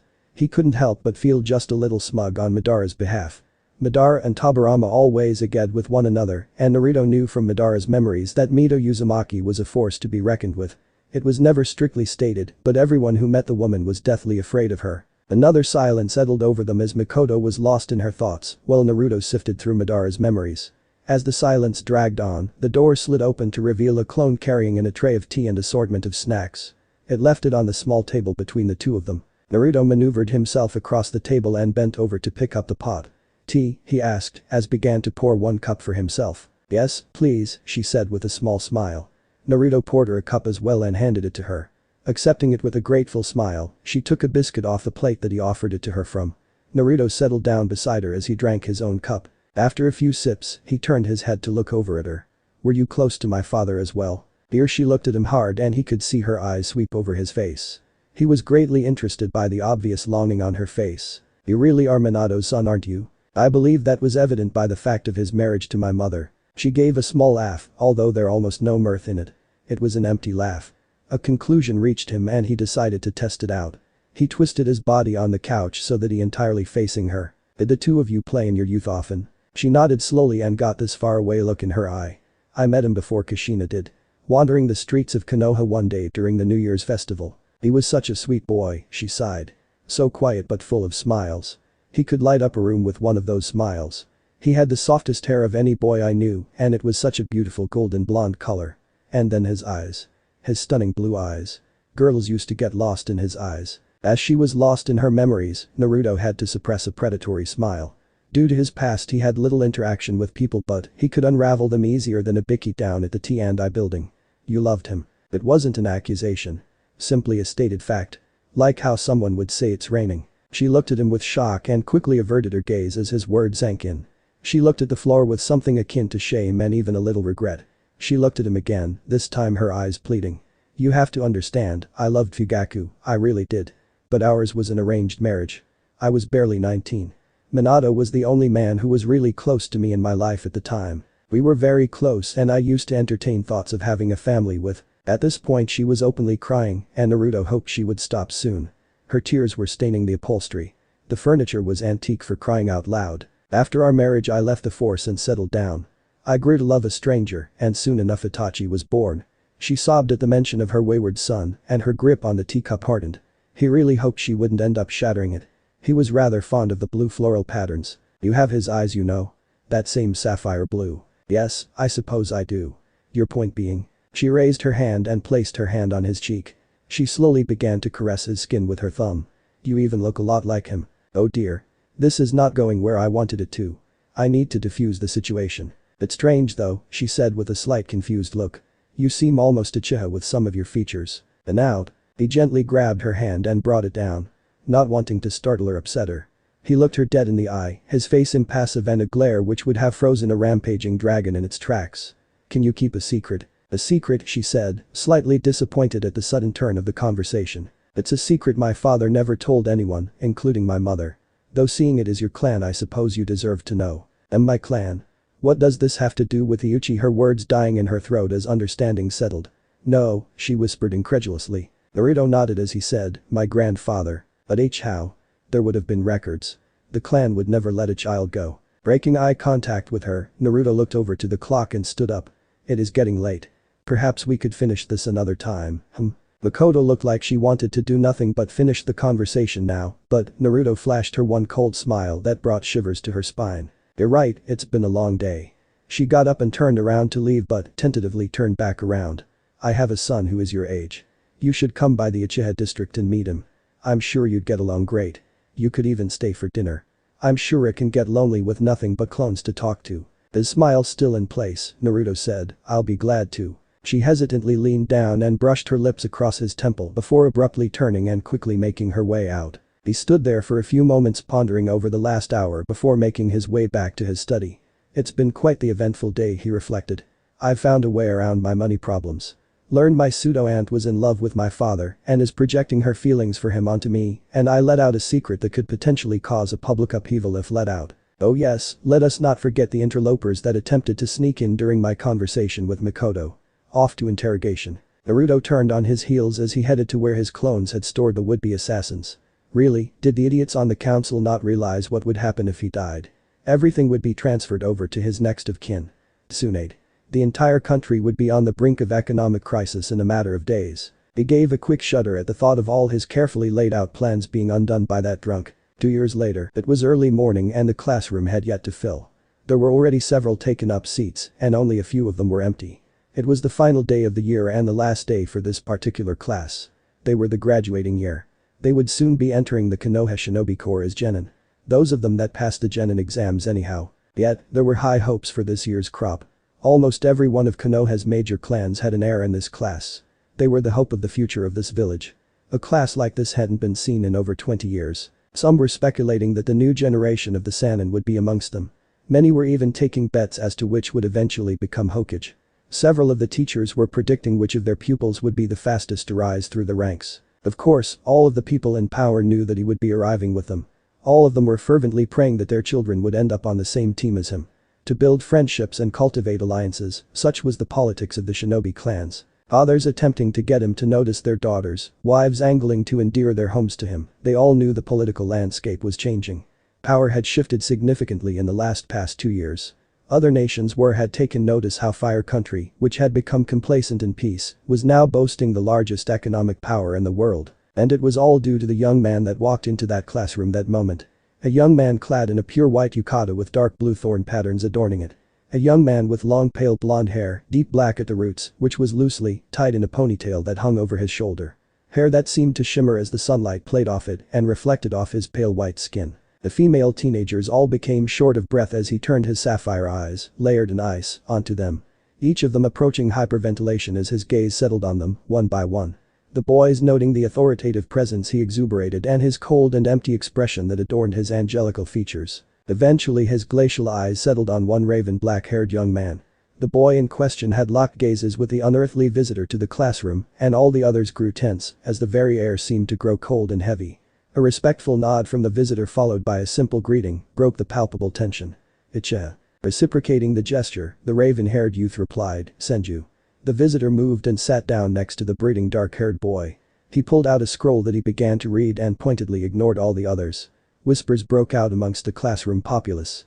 The various students wondering what it meant that the unofficial king of the year proclaimed the stranger as Senju. The only ones not speaking to one another were the clan heirs. They were looking at each one another, having been told by their parents that the significant player in Konoha's system was due to make an appearance. Of course, the speculations of others were broken by the banging of the door being thrown wide open. 2 girls rushed in, panting. "Ha! I win no pig. And your dreams billboard brow. My foot was through the door first. Was not. Was too. Stop lying, you're just trying to cheat your way next to Sasuke-kun. Who are you calling a cheat? And besides, Sasuke-kun would never want to sit next to you." Both girls were obviously so engrossed in their argument as they made their way to the seat next to Sasuke that they hadn't realized that said seat was already occupied. Naruto, for his part, was doing his best to ignore the 2 screaming girls, while simultaneously trying to keep himself from laughing from Sasuke's obvious yet well-hidden embarrassment. It was obvious to him, but his Uchiha friend managed to hide from the rest quite successfully. The 2 girls continued their argument and it was growing continuously more difficult to ignore them. Without meaning to, Naruto began to exude a minuscule of murderous aura. "The blonde one is Inoichi's daughter. I've met her a few times when I was invited over to his place. As for the Aetheri, can't put my finger on it, but something tells me she needs to do well. I'll save murder for another day. Look no pig he. Who the hell are you?" There were several sharp intakes as one of the girls so rudely addressed the boy who so openly radiated power. All the clan heirs were inwardly groaning and hoping to avoid a murder on their last day. Well, all the heirs except one dark-haired one who was enthusiastically praying that that would be the case. Yep. Naruto-sama. What are you doing here? Naruto looked up from his scroll and leveled Ino with a glare. The girl blushed furiously upon meeting his eyes. Hello, Ino. It's good to see you again. I must say, you keep rather interesting company. The girlie turned red as a tomato in embarrassment, recognizing admonishment for her behavior. Naruto, the other girl said as if trying to remember something. As she said his name, Naruto, properly looking at her for the first time, realized she had pink hair. Realization hit him. She dies first chance I can set up an accident. Yeah, you're that loser kid from a few years back. Didn't you get kicked out of the academy? What are you doing here? Naruto gazed a glare at the girl that, had she not been so completely brainwashed by her mother, would have shut her up. Unfortunately, Naruto, for the last 2 years, had slowly stripped the civilian council of its power, restoring Konoha to purely military rule. The civilian portion of the council being more of a ceremonial role now, whose main concern was centered around naming streets and setting up children playgrounds. Thus Sakura's family had lost much of its prestige and wealth that her mother built up. Wanting her previous way of life back, she became obsessed with the Uchiha heir. Young, handsome, wealthy and of obvious ability, he was going places so she, in her delusions of grandeur, decided to fall madly in love with him. He on the other hand views her as a nuisance and a bug he cannot crush under his boot due to a minor technicality called the law. Sakura. Shut up, Ino said frantically. Oh come on Ino. He's just some loser. A loser who's ruined my Sasuke-kun's image.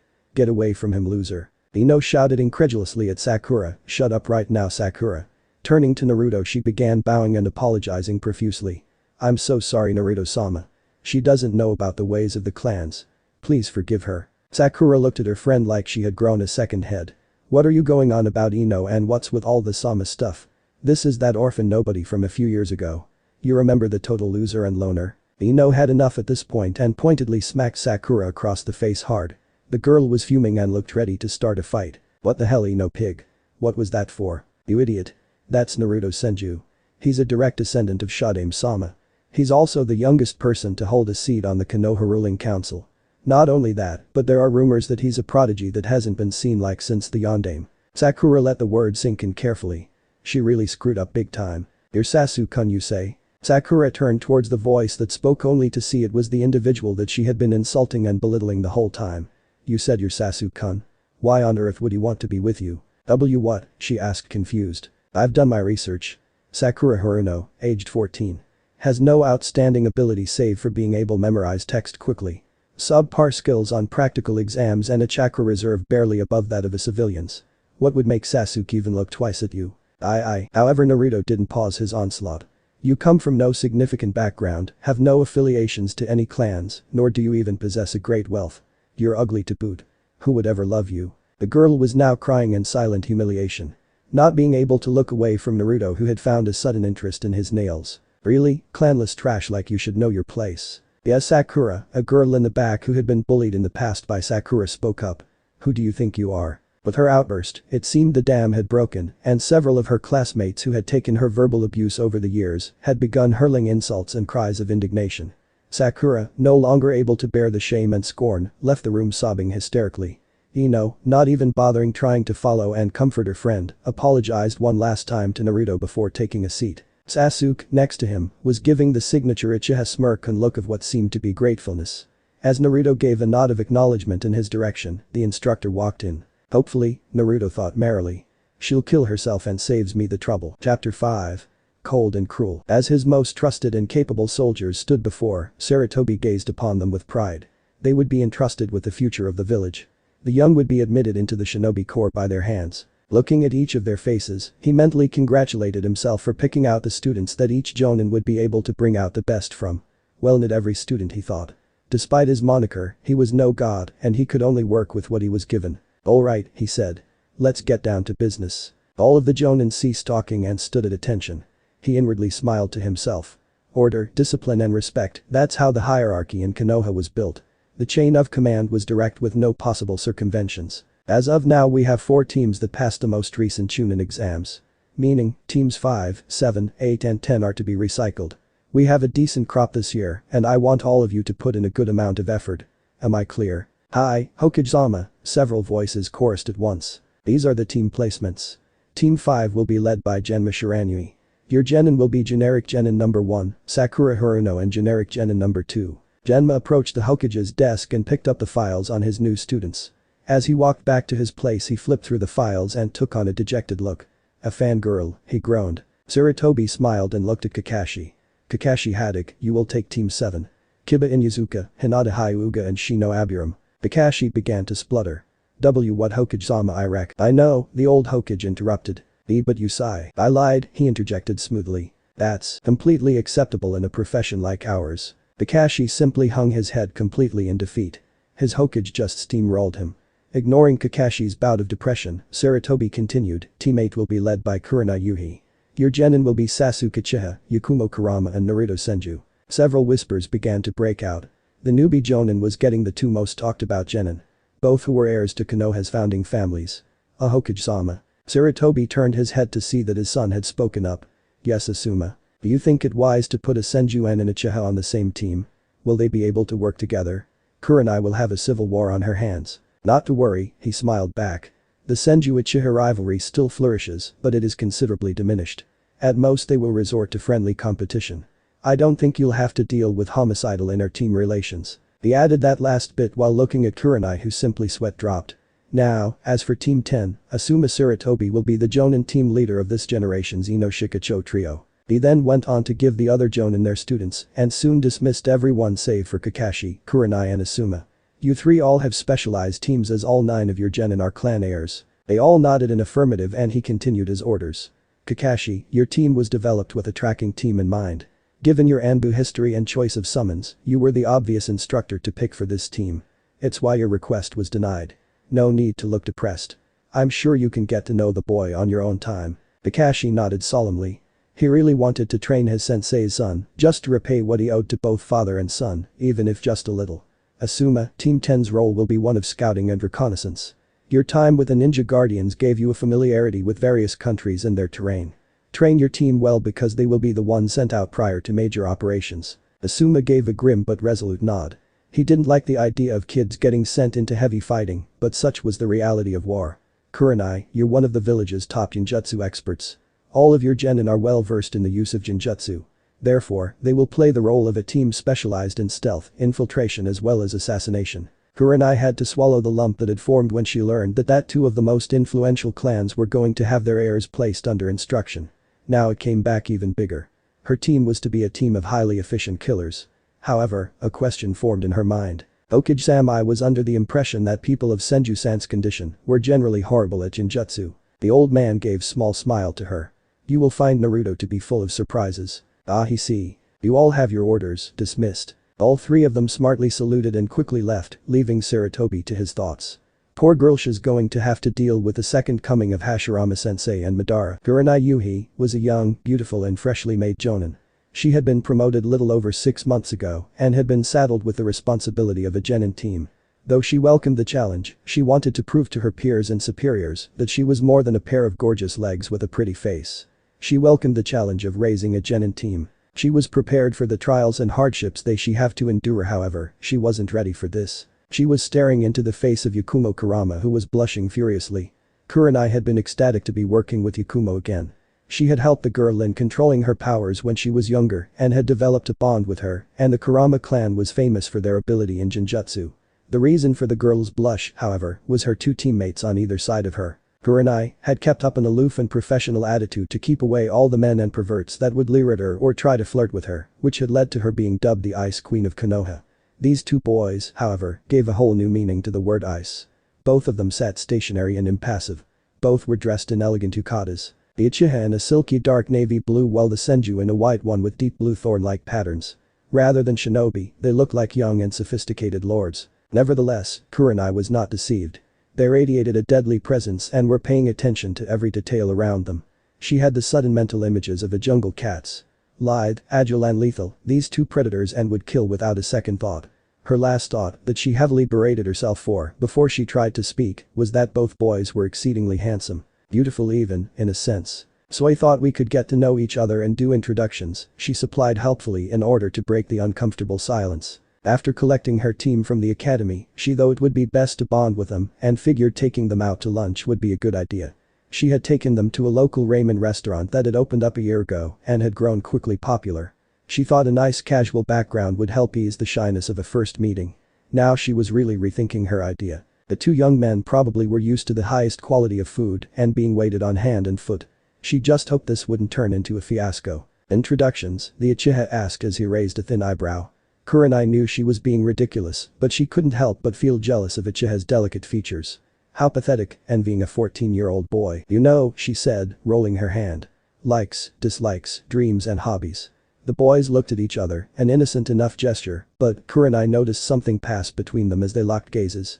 They were used to each other's presence, she concluded, if they can wordlessly communicate with each other like that. Internally she let out a sigh of relief. No need to worry about clan rivalries resulting in murder then. I'll set the example I guess. My name is Kurenai Yuhi. I like cake, creating new genjutsu and strong sake. I dislike chauvinistic pigs and perverts. She said this with a little too much vehemence. My dream is to be recognized throughout the elemental nations for my use of genjutsu, and my hobby is going out with friends for drinks in the evening. She instantly regretted that last part as all three were giving her scrutinizing looks. Oh no, they must think me some drunk. HN, the Uchiha grunted. Sasuke Uchiha. I like training and fighting the strong. I hate fangirls. Don't have any hobbies and I will see my clan restored to its former glory. Well, that wasn't so bad, Kurenai thought. I'm Yakumo Kurama, the brown-haired girl declared proudly. She sure was quite a countenance to the two quiet and serious-looking boys. I like exploring new possibilities with ninjutsu, so I guess we have something in common. I don't really have any big dislikes. Hobbies would be tending to a small garden I keep, and my dream is also to have my clan restored to its former prominence. Kurenai noted how Sasuke gave Yakumo a nod of respect and possible sympathy. She then turned to the final team member. I am Naruto Senju. I like gaining new knowledge and engaging with the powerful. I loathe the incompetent and greedy. My hobbies include reading and chakra research. My dream is also to restore my clan along with realizing the dreams of my ancestors. Well, looks like you three all have similar goals, she said smiling. Perfect, they can all bond over their shared goals. As they settled and began to order their food, Yakumo brought up a few topics on genjutsu with her. After a few minutes, the male members of their team also began to voice their opinions on genjutsu theory and possible applications in the practical. She knew that Yakumo would be a natural genius with ninjutsu and its inner workings, but she was pleasantly surprised that the other two were well versed in its theory. She supposed that Sasuke, with his Sharingan, would have an expert understanding, but was startled by Naruto's immense knowledge in the field. He spoke like a master on the subject. As their lunch wore on, they didn't really get to know each other on a personal level, but had managed to grow comfortable with one another. As they rose to leave, Kurenai took out a small purse to pay the bill, but Naruto stopped her. There's no need to pay, he said almost absent-mindedly. Of course there is. He's not thinking it's okay for shinobi to dine, and dashes he. Consider it on the house, he said before he sunshined away. Kurenai could only stare dumbly at the empty space Naruto previously had occupied. What does he mean it's on the house? Sasuke was walking away from them but turned around at his new sensei's question. Smirking at her he said, he means that as the owner of this restaurant that his sensei doesn't have to pay here. He then walked out and disappeared with a shunshin of his own, leaving a dumbfounded Kurenai. Yakumo, on the other hand, was wondering if the same courtesy applied to her. The food was rather delicious. Naruto sat up in bed, leaning against a headboard as his body glistened in sweat. He was breathing somewhat heavily. He glanced out of the window to see the moon radiating waves of pale light that fell onto the covers that hid his lower body. As his gaze continued to be transfixed, his eyes slowly morphed into glowing orbs of crimson. It was a curious sight, his pale blonde hair with black beginnings, cascading over his shoulders and onto his chest being illuminated by the feeble radiance of the moon. It made him seem less human. Ethereal even. And as his thoughts continued to spiral, spurred on by the veil of eldritch sheen, again, his eyes shifted. They churned as black and red fought for dominance, twisting form and shape. Finally settling into twin galaxies made up of thousands of minuscule crimson suns. And where once, his face was impassive and his eyes seemingly thoughtful, they shifted into a barely noticeable shroud of hunger and desire. Yet, as quick as the change occurred it disappeared. His features, settling back into cold stone and aloofness. Naruto turned his head to the figure in the bed next to him. Softly curled into his side, the long silk of raven hair had slowly inched itself onto his lap over, since it had fallen asleep. He picked up a lock of hair between his forefinger and thumb and rubbed it. Letting it back down, he gently brushed the hair aside, revealing a thin neck of soft creamy skin. How fragile, he mused as he drew a line across the neck with a finger. His touch must have been cold because the figure gave a small shudder and a slight moan of discomfort. As the strands of raven silk snuggled deeper into his abdomen, an arm wrapped across his waist in an attempt to draw in the source of warmth to the body attached. Makoto Uchiha had proven to be a pleasant distraction over the last 2.5 years. He initially had no desire to pursue a relationship with her, but as he used the emotion she held for his father that she projected onto him to get closer to her son, he had actually found her to be pleasant company. And a pleasurable partner. Though he had made it clear that there was no permanent arrangement between them. She had understood and accepted this as there was no true way they could overcome the age gap between them. It was of course an entire secret from the rest of the world. For one, Sasuke would have a meltdown and call for bloody murder. Not to mention two clan heads having illicit relations with one another was highly frowned upon. Especially when one clan head had suffered through the decimation of her clan at the hands of her son, possibly leaving her psychologically damaged, while the other clan head is the only member of his clan and still a minor in the legal sense. Well, not anymore. As soon as one becomes a shinobi of the village, they are fully capable of being tried as an adult in the courts of the Land of Fire. His thoughts then shifted to his own mental conditioning. He deliberated in his mind whether or not his attraction towards older women came from the absence of a mother figure in his life. Madara, also, had little to no memories of his mother as she had died soon after giving birth to Izuna. Both he and Madara had grown up in a strong military environment with powerful male figures for role models. Giving himself a dry chuckle, Naruto banished such thoughts from his mind. He considered himself mentally stable, but was he sane? No. Naruto highly doubted that any in the profession of the shadows were sane. They had been trained since a young age to be combatants and killers. They dealt in death. There are no poets in the bitter business, he thought to himself. He looked back down into his lap at Makoto and caressed her cheek with his thumb. A sigh of content escaped her as her lips slowly twitched into a small smile. She must have really loved him. His thoughts drifted towards his new team and the past couple of weeks since its formation. Of course, he had a rather large hand in how the teams had been formed. He was the one who suggested organizing the new genin teams into task-specific groups. It was ridiculous grouping together genin so the teams were balanced in terms of strength. The Jonin senseis would have to spend too much time bringing everyone on their squad to an equal level.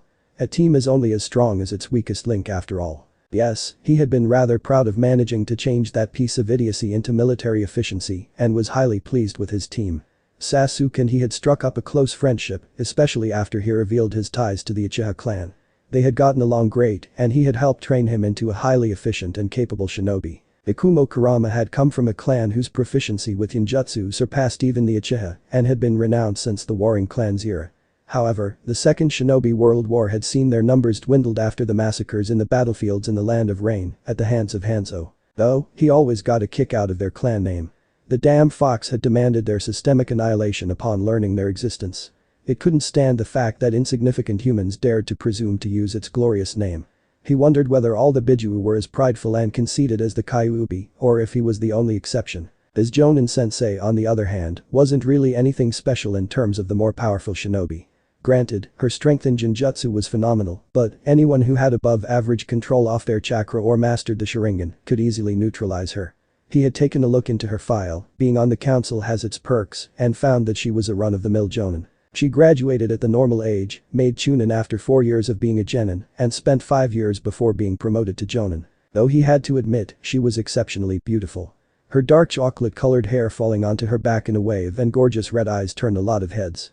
And the professional detachment she always kept along with her sharp hawk-like features brought in a lot of attention that Naruto deduced that she despised. I suppose I do feel attracted to older women. Again, as his chest quivered in amusement, he sent away his thoughts and focused in on the direction he wanted to take his team, infiltration and assassination. They had been going over drills and teamwork building exercises. There was little for them to learn in terms of actual combat from Kurenai at the moment, as Naruto had made sure that the Shinobi Council had put together a new curriculum for the academy. Making sure that the grading scale was 2/3 practical and 1/3 theory ensured graduates would actually be proficient out in the field rather than try to think up an answer from a textbook in a deadly scenario. I suppose I should get some sleep. C-rank mission tomorrow after all. Another thing he had pushed for and gotten past. Academy students would be placed on rotating teams and taken out on the weekends by Chunins for D-rank missions. This would help build up the necessary mentality of teamwork as well as reduce the numerous amount of D-rank missions that piled up. It was good for the students as well as for Konoha's academy. Naruto let out a silent sigh as he slipped down onto his back. Makoto groaned in protest in her sleep but quickly quieted down after he pulled her to his chest and wrapped his arms around her. As he let his chakra recede from his eyes, he gave himself to the darkness and the lull of sleep. Ikumo was anxious. She didn't let it show, but she was. Her teammates stood at either side of her and they didn't seem to be troubled at all, and she knew, unlike her, they weren't acting. Naruto and Sasuke probably wouldn't freak out even if war was suddenly declared. They'd take it in stride without blinking. But this was their first mission. It was C rank to boot. C rank meant there was definite or possible probability of confrontations, though non-shinobi ones. She knew that there would be no serious danger, but who really knew? Although, with a Jonin on their team there was little to worry about. Of course Sasuke and Naruto were nothing to laugh at either, and her Genjutsu abilities were probably in the mid to high Chunin range. They would be higher if it weren't for the fact that her full powers were under a seal, because she couldn't completely control them yet. Sasuke was the rookie of the year and graduated with the highest grades not seen in over 10 years. Not since his brother anyways. As for Naruto, she really had no idea how strong he was, but from what she's seen from their training sessions so far and how the Uchiha seemed to defer to him, she knew his abilities weren't anything to scoff at. Honestly, thinking about her teammates made her realize how lucky she had gotten in the team selections. Despite their unapproachable aura that they projected, both boys were actually very nice. They were quiet and prone to fall into silence, but they were very polite and always considerate. Not to mention exceedingly handsome. She had to admit, she had had a crush on Sasuke back in their academy days, but never fawned all over him like some of the other female students. No, she had taken her studies seriously for the sake of her clan. Although, some of those fangirls are beginning to scare me, she though worried to herself. A few days ago, after training, Naruto had invited Sasuke and her to go back to the restaurant they had visited with Kurenai-sensei for lunch. Apparently it was recently opened and had gained quite a bit of popularity. The chef Tucci and his daughter Am ran the business while Naruto actually owned it. She remembered when she had sat down at a table with her teammates, she felt the stares of open jealousy from all the female patrons. Stare is actually too nice of a word. It was more like seething glares of death. It had gotten so bad that Sasuke had to actually let loose some killer intent for them to leave them alone. The biggest surprise, though, was when she had discreetly thanked him and he had smiled in return. Smiled. For the longest time she had though that the Uchiha were genetically predisposed to be unable to smile. She was shaken out of her reverie when she heard Kurenai-sensei, who was standing in front of them, speak. Teammate reporting in for a mission, Hokage-sama. Ikumo took a look at the elderly man sitting at the mission's desk in front of them. She had never actually been this close to the Hokage before, except for one time when he had come into the academy to visit the students and lecture them on the importance of village unity and the will of fire. Ah yes, the old Hokage said after taking a long puff from his pie. First mission I believe. At his question they all nod. Now I believe Kurenai has debriefed you on the nature of your team and its primary function as a unit. Once he received 3 affirmatives he began searching for a suitable mission. C rank, normally one this level would be given to a more seasoned team or even a Chunin, but I think you can handle it. Listen up, civilian Akira Mashi is wanted in the capital for numerous felonies. He has eluded capture and scouts report that he is currently hiding in the town of Akajima. He is to be put to death for his crimes. Your orders are to locate the target and eliminate him. Dismissed. As Naruto observed the small town from the safe house set up from the local, he admired the sea of red trees surrounding it. The trees were forever frozen in the colors of autumn. Hashirama Senju had noted the beauty of the trees years ago and had done something using his fabled Mokuton to preserve the crimson leaves throughout all seasons. It angered Naruto that such beauty was being marred by the presence of a vile criminal. The old man had given them the mission scroll with all the details and what he found sickened him. The man was wanted for the murders and rape of 6 young women.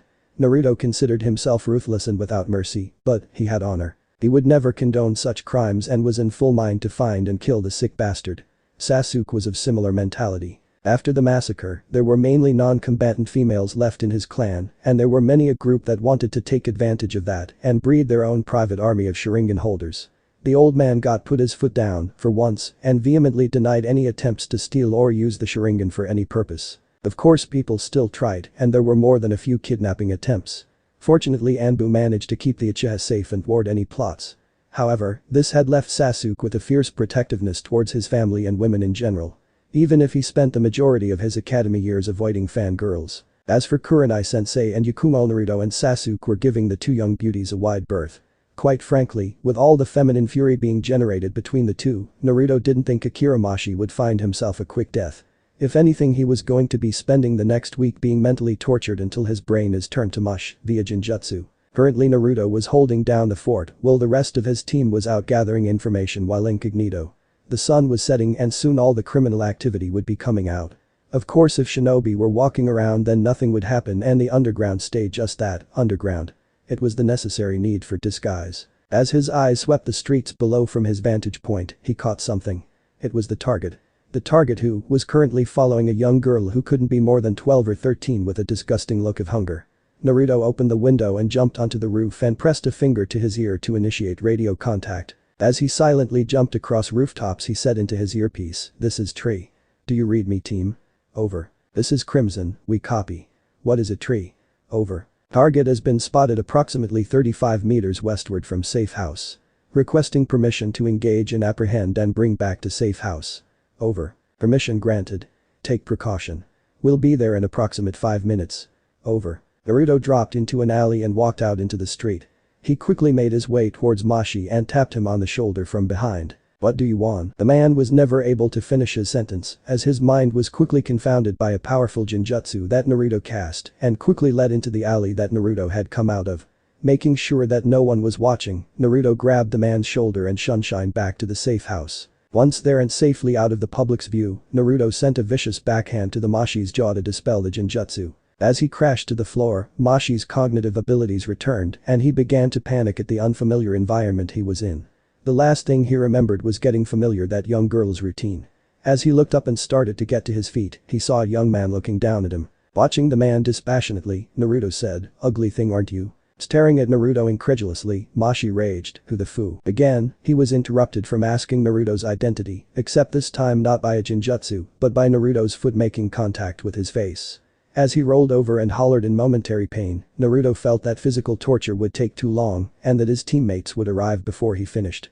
"Why you Sonova?" Naruto shut him up by slamming his foot down on Mashi's throat. As he coughed and spluttered, Naruto whispered the last thing Mashi would hear as a sane man with his mind intact. Kurenai entered the safe house a little worried for the safety of her pupil, even though she knew that the young genin was a very capable fighter based off their training spars. However, she was surprised to find Akira Mashi on the ground, bleeding and foaming from the mouth. Naruto was sitting on the window edge and staring out into the forest. "What happened?" Yakumo asked from behind her. Naruto looked over and a small frown was played on his lips. "I found him and then I incapacitated him," Naruto offered with a shrug. She walked over to the Mashi, whose eyes were glazed over as if he weren't even in his own body. "You cast a genjutsu on him?" she asked. He nodded his head in confirming her suspicions. Yakumo walked over to Naruto and asked, "What's he seeing? Or is it saw?" The cold smirk adorned his lips. "Ogres. Several dozen ogres. Yikes. You had him beaten to death by ogres." The smirk grew into a small smile, his eyes, she noted, were so lost in ice that they seemed inhuman. "Demon-like even. Beaten?" he asked with cold laughter. "No, raped." Everyone in the room went deathly quiet and a few shades paler.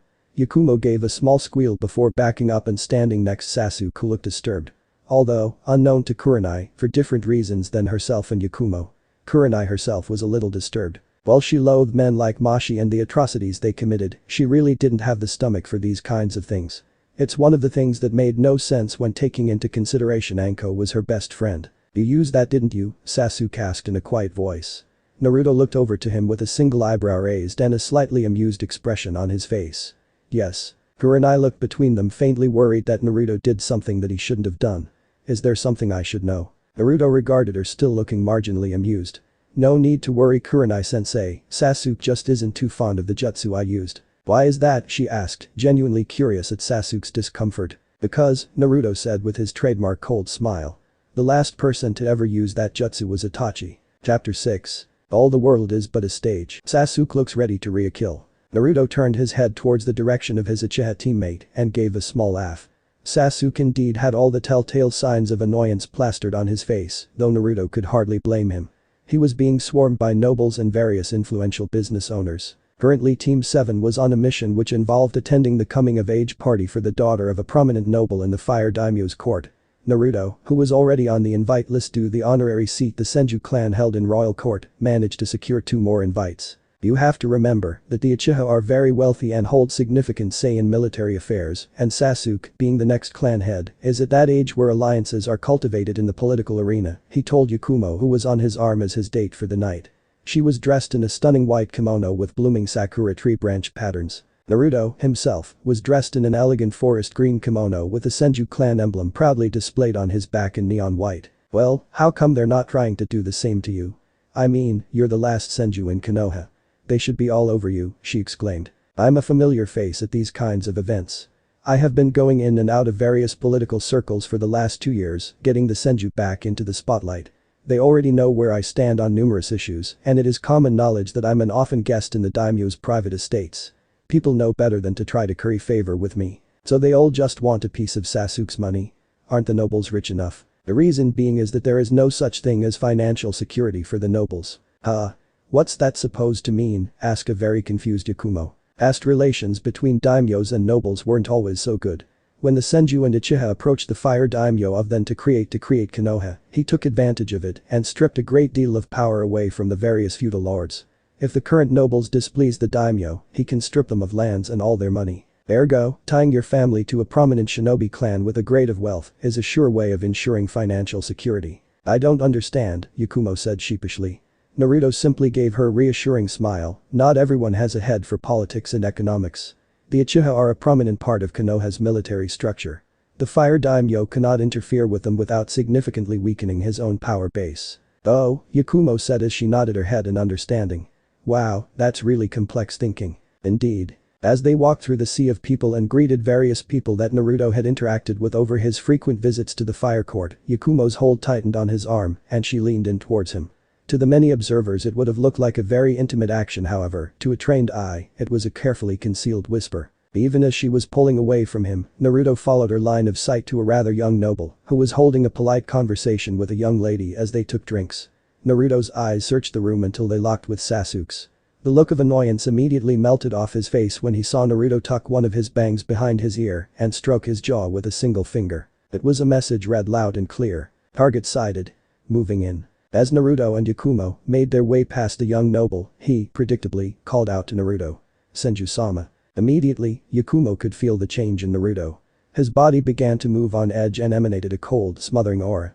People began to subconsciously move away from the young man as their minds recognized him for what he was, a predatory on the hunt. As Naruto turned towards the noble who called him, the young man gave an involuntary shudder as those frigid blue eyes appraised him. "Lord Shinji," Naruto said in a cold, hard voice. "Had I known you were here I would have greeted you at an earlier time. My condolences for your recently passed father." "Thank you Senju-sama," the young man said with a bow. "My family is honored by your kind words." After a moment's silence, Naruto spoke once again. "You have then taken control of your father's estate, no?" "Ah, yes sir," he said proudly. "And I am proud to say that it is more profitable than ever." At these words Naruto gave such a predatory smile that the young man visibly shivered and actually took a few steps back. "Good for you then, now if you'll excuse me, I need to introduce myself to that Uchiha upstart." "Why yes. Have a good day Senju-sama," Shinji gulped as he suddenly felt bad for the young Uchiha. However, what he failed to notice, as Naruto captivated his entire attention, was Yakumo slipping something into his drink as she walked away. Then minutes later, a crowd of nobles, watching the interactions between the Senju and Uchiha clan heirs apprehensively, suddenly turned towards the direction of several screams. They found the young Lord Shinji on the floor, his face a rather amusing shade of purple. 3 days later, Naruto was sitting in a well-furnished living room sipping tea within the Uchiha compound. He was a common guest in the halls of the Uchiha, as strange as it was. He was probably the only Senju, since Hashirama, to be able to walk these halls without fear of being struck down by a kunai in the back. He knew from Madara's memories that the founding Hokage would often drop by uninvited and unannounced in the Uchiha territory with his big goofy smile and somehow wind up staying for dinner despite being unwanted. He could also see the memories of when Hashirama's wife, Mito, would get upset at him for something stupid he did and kick him out of the house. Of course, within a few hours, Madara would have a drunken Hashirama banging on his door and wailing like a 6-year-old girl about the unfairness displayed by the general populace of the opposite sex. In all honesty, Naruto was beginning to think that Madara's defection from Konoha was not so much political in nature and the man's desire for power, but rather him being fed up with Hashirama's childishness. Naruto attributed Konoha's survival in the earlier years to be Tobirama running interference on behalf of his older, politically inept brother. Don't get him wrong, Naruto greatly respected his great-grandfather. As a warrior he was without peer and legend spoken of with the same reverence as that of the sage of the Six Paths. However, Hashirama was an awful statesman. The nickname Hokage was the real reason for Konoha's initial survival. A soft giggle broke him from his thoughts, and he looked up to see Mikoto covering her mouth with her sleeve. Her eyes were twinkling with mirth, and a small smile was painted across her lips. "You're so cute when your face is lost in thought," she said with no small amount of mischief in her eyes. Naruto frowned. He considered himself many things. Cute was most assuredly not among them. "Oh, don't pout, you're still my big strong Senju," she said as she made her way over to him and cuddled herself right next to him on the sofa. Naruto placed his tea back onto the table and wrapped his arms around Makoto, drawing her into his side. She placed her head on his chest and snuggled deeper into his embrace with a sigh of content. Makoto had found that Naruto had grown to have a fascination of some sort with her hair. He would run his hands through it and play with it as he was doing now. She felt his lips press down on the top of her head and she closed her eyes and smiled. It frightened her somewhat, but she had grown to depend on the much younger man. She knew it was a dream, not something meant to last, but damn it. She wanted the dream over the reality of not having a man she could love in her life. Minato and Fugaku were both taken from her. When Naruto had dropped the bomb about his Uchiha heritage through Minato, she had cried herself hoarse that night. If only he had told her. Minato had been an Uchiha in secret and not just any Uchiha, but the son of Madara himself. The clan would have accepted him with open arms, and there would have been nothing stopping her from marrying him. Yet, fate had been so cruel. The clan would never allow her to marry an outsider. Not unless he was a shinobi of outstanding caliber, and Minato hadn't been named Hokage yet. No, her father had given her to Fugaku, and just a few years after her eldest was born, the woman who her sister in all but blood had married the man she had loved since a child. Soon enough Sasuke was born, and things were settling down as she grew comfortable in her new life. Nevertheless, tragedy had struck in the form of the nine-tailed demon. The fox came and took Minato and Kushina from her. Her two closest friends and the people who only her sons mattered more than, were gone. Yet fate had not had its way with her, no doubt punishment for some heinous sin from a past life. Fugaku, in his growing quest for more power, ever since he gained clan headship from their marriage, sought to overthrow the current Konoha and replace it with Uchiha rule. The elders had brought down their wrath upon him with a vengeance, and it was her unfortunate Itachi that had to carry that burden. Her poor baby, all out in the world by himself, having to live with the guilt of having his family's blood on his hands and never being able to return home due to being labeled a traitor and murderer. All for the sake of the village. How she hated Konoha at times. They took her friends and her son from them. Then, nearly 3 years ago, she finds out Kushina's son is alive and was being treated like trash by the same village his parents had sacrificed their lives for. The people of the village made her sick. They had grown arrogant in their cradle of power. Why did all those she cared about end up losing their lives for the village? Why couldn't her loved ones stay safe and away from harm? She couldn't bear the thought of losing anyone else. What would she do if, six paths forbid, she lost her Sasuke? Or what if Naruto ended up dying on a mission somewhere, being targeted by other nations for his precious legacy? Now who's lost in their own little world? At the sound of his voice, so caring yet strong, teasing her, she couldn't take it anymore and began sobbing. Naruto for one was surprised, but he had become used to it. Makoto was, despite her impressive capabilities, quite delicate and often needed comforting. As he got to know her, Naruto learned that she had serious abandonment issues, ruled by fears of being left all alone by her loved ones. He pulled her into his lap and cradled her against his chest as he rocked her. "Shh, I'm not going to go anywhere. There's no need to cry. I'll stay as long as you need me. Shh." As she continued to cry into his chest, Naruto pressed his lips to her forehead and rubbed her back. Together they rocked back and forth until they both drifted off into sleep. It seems that war has begun. At the words of the Sandaime Hokage, the entire shinobi council had gone silent. All of them turned towards his seat at the head position, wide-eyed and several of them thinking that they heard wrong. Narashikaku looked at his Hokage and carefully asked. "By war you mean? Fang and Claw have declared war on one another. It seems that respective rulers have little respect for each other." Hiashi was the first to ask a question. "Is there any chance of shinobi involvement? Have either governments approached us for any support?" The Hokage acknowledged Hiashi's questions with a nod before responding. "We have not been approached, but Jiraiya has reported that shinobi from Odo have been spotted within the countries in abundance." Interesting. The shinobi council turned towards the closest seat next to the Hokage and his advisors. "Naruto," the old man said with an eyebrow raised. "Something to share." The young Senju sifted through a few papers in front of him before handing a document to Himura to be passed to the Hokage and said, "Records show that the Earth Daimyo has been sending funds to the land of rice. However, where the funds go from there I have no clue.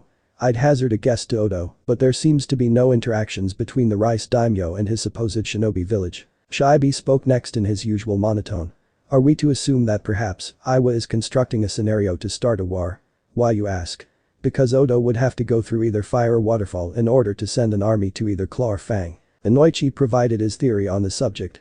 "I don't think they would attempt to send their forces through fire. Odo doesn't have the resources to go head-to-head with one of the Great Five, especially since they would also have to march through AIM to get there, and the place has been in complete lockdown for years. But going through Taki would be the same as marching through fire, as we are currently allied with them, countered Tsume. Shikaku hummed. Do we even know for a fact that Odo will involve themselves in a war between two countries with only samurai forces? For that matter, what side will they choose in this troublesome conflict? Yes, said Sarutobi as he stroked his beard. I will send a company of Anbu to the northern borders, and Shikaku, I want you to increase border patrols under the guise of martial exercises. Hi, Hokage-sama. Well, I assume that's all for today unless there is any. The Hokage never got to finish his sentence as an Anbu dropped next to him and offered him a scroll, bended on one knee. Frowning, he took the scroll and read through it. His eyes went wide and then narrowed as he looked at the clan heads assembled before him. They all sat straighter and sharply came to attention at the steel in the elderly Hokage's eyes. Kiri has fallen into civil war. Yagura has had the Water Daimyo assassinated and declared himself military dictator of all of Water Country. The Shinobi Council looked on in shock. This was huge, it would easily disrupt the balance of power. With Mizu embroiled in civil war, it would no longer be able to retain dominance of the oceans. Which would mean lightning and fire could, and would, push for more island territory. I will ask the Fire Daimyo to close all ports on the eastern coast for the time being. It seems the northern borders will need even more watching. With that, he snapped his fingers, and a man appeared seemingly out of the shadows behind the Hokage. Clad in all black, even his mask was entirely bare. No eye holes or any other seemingly openings that allowed for respirations. Commander, I want you to assign an entire platoon to patrol the borders of the land of Hot Water and Rice. I want daily reports from Hot Water and bi-weekly from Rice. Also prepare an escort team for me.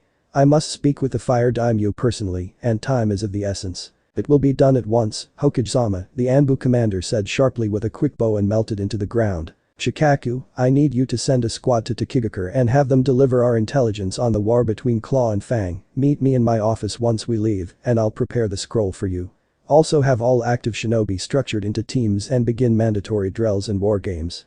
Don't let the news of war spread. I'm hoping to avoid actual conflict, but still, it's best to be prepared. Yes, sir, the lazy Jounin commander saluted half-heartedly. Himura, Kaharu, delegate and assign missions in my absence. Of course, said Kaharu while Himura simply nodded. Yashi, I need you and your clan to patrol Konoha and apprehend any possible spies. At such a critical time we cannot afford to have cracks in our intelligence. I am authorizing the use of Byakugan within residential areas. The Hyuga live to serve Konoha and her children, Hiashi said, with an unusual inflection of emotion in his voice. A shimmer of pride slipped into the Hokage's eyes before the steel returned. Naruto continued to monitor the finances of the nations. Big movements in cash tend to have shinobi following. Yes sir. The Hokage got up and dismissed his council while being handed several documents by some of his Anbu. And will someone bring me Jiraiya, he shouted over his shoulder. Naruto brought himself into his office in the Senju compound and pushed his chakra just a small bit. A rude Anbu dropped from the roof and kneeled before. Gather all the intel on Fang and Claw and bring them to me, also on all movements of Orochimaru from the last 3 months. With a flick of his wrist he dismissed the emotionless drone. Things have moved unexpectedly, he thought. Orochimaru's movements are troubling, and if Iwa is truly involved, then I need to end this little quarrel before they can drag fire into it. The rude operative returned and with him were various thick folders. Leave me, he ordered and began poring over the files of Orochimaru's latest ploys. After nearly 20 minutes of reading, he deduced what the traitor Sannin was up to. Chuckling to himself, Naruto thought, how clever of you, Orochimaru. You've had your little ninja turn Fang and Claw into a playground. At the meeting of the two daimyo you had both of them drugged with a rage-inducing chemical. Fang and Claw will turn to war with Fang seeking aid from Taki, while Claw turns to Kusa. All at the behest of your well-paid agents, no doubt. Eventually Kusa and Taki will declare war on each other, and Konoha will move to keep up the terms of their alliance with Taki. The Tsuchikage will no doubt take advantage and side with Kusa and declare war on Konoha. Of course you will sit back and watch until Konoha is vulnerable enough for you to make a full assault. Silently congratulating the snake on a job well done on making such an effective plan, and then letting it get ruined by having his agents being spotted, Naruto began to plot on how he could turn this to his advantage. Kusagakure had proven itself to be openly hostile towards Takigakure, as tensions had always run high between the two and barely tolerable of Konoha. He needed to find a way to weaken all negative factors, while Fire and its allies came out on top. Ideas began forming in Naruto's head, and a cold smile played across his lips as a sudden inspiration came to him. Flaring his chakra once again, Naruto spoke to the rude operative that appeared from the shadows. Bring me whatever we have on Orochimaru's agents in both Fang and Claw, as well as whatever significant files we have on the two countries in the last 5 years. Oh, and send a team to Mizu to infiltrate Yagura's camp. Mind you, tell them to try and not get killed or, even worse, captured if they can help it. Yes, sir, came the monotone reply. In the large ornate throne room sat a man dressed in the most lavish robes that seemed to scream, "Look at me." Said man was absent-mindedly fanning himself with a small paper fan, while some lord of a minor provenance groveled before him. The fire daimyo had played the game of politics since he was a 5-year-old child and named heir to the throne. Though he came off as the usual eccentric and easily excited noble, in truth, he was cunning and ruthless as the very shinobi he employed. For over 40 years he had ruled Fire Country, had seen it go through 2 world wars, and still remained the most powerful nation on the continent. The other elemental nations couldn't even hold a candle to the achievements that his nation had made. One of the oldest dynasties in the world, the very first to have a shinobi village and the only one to have never suffered defeat. He had seen it all, of course. Though he had to admit that a few years ago, his country had been on decline. His military force had taken a significant hit with the loss of the young and charismatic Hokage, the near annihilation of the Uchiha, and the assault by the force of nature that is the Kyuubi. There was also the world recession that gave rise to several smaller powers following the Third World War. However, things had taken a substantial turn in events in the last 3 years, and all due to a young man that brought him a secret that Sarutobi had the gall to keep from him. A young man that he, due his the perceptiveness he gained through years of being a statesman, saw appear in a ripple of space in the far corner of his throne room. More interested in what his young confidant had to say than the sniveling waste of space in front of him, he snapped his fan closed audibly. The minor noble that had been prattling on about his needs for funds from his treasury so that he could get rid of bandits that plagued his farmlands by hiring his shinobi. The noble had stopped jabbering when the daimyo snapped his fan shut. It was common knowledge that when the fire daimyo did that, then he was annoyed and wanted whoever was annoying him out of his presence or downright executed. Luckily for him, it was removal as the guards escorted him out. He then dismissed all his various pages and ministers so that he was left with only his ninja guardians. There were a few voices of protest from some of his ministers, but a sharp glare sent them running. "A surprise to see you, young Naruto. Oh yes, a surprise indeed." The blonde-haired youth approached the throne from the shadows in his usual powerful, yet graceful gait and bowed at the waist when he arrived at the stairs leading to the imperial seat. "Greetings, Daimyo-sama, I hope I find you in good health." The Fire Lord suppressed a chuckle. He never fully bowed onto his knees as was expected of all his subjects. No, Naruto himself had stated that if anyone were to ask for him to get on his knees, they better be the Almighty himself, or else he would, quote, "introduce their face to my foot." Oh yes. Excellent health, excellent indeed. What services can we render our young friend in our humble abode? If he didn't know that the daimyo enjoyed playing his subjects like fools, Naruto would have snorted. As if there's anything humble about having your own damn citadel. I take it you've heard about recent affairs. Oh yes, yes indeed. We are well informed. I was making plans to end this annoyance, but thought it would be best to consult with you before taking the burden of your arrivals. Ho, truly your guest has passed on some of its cunning to you, passed on indeed. Yes, we received tribute from Fang this year, and the imperial consort was quite pleased with silks gifted. We shall leave them be, but we will not look a horse in the mouth as our samurai. Oh no indeed. Naruto raised an eyebrow at this. Then shall Claw be the recipient of our attention? Oh yes, yes indeed. Our sister son was once meant to be betrothed to Claw's heir. Their marriage would give us access to river trade routes that would greatly benefit us and would grant them our protection. Yet they turn away from our generous offer and turn to third son of Tsuchi. An insult to us and our domain, oh yes, an insult indeed. Naruto, who was beginning to see where this was going, nodded in understanding. I take it then that the girl is still unmarried to her daimyo's son. Still young is she, oh yes, young indeed. 3 years more are needed for the set date to pass. 3 more years the insult may continue, oh yes indeed. Naruto pondered over the situation for a few minutes before unleashing a predatory smile at the fire daimyo. The ninja guardians watching suddenly felt uncomfortable and shifted just in case.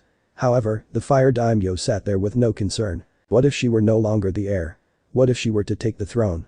Could Fang be convinced to call off the war? A minor frown appeared over the fire daimyo's lips as he thought about the hypothetical situation.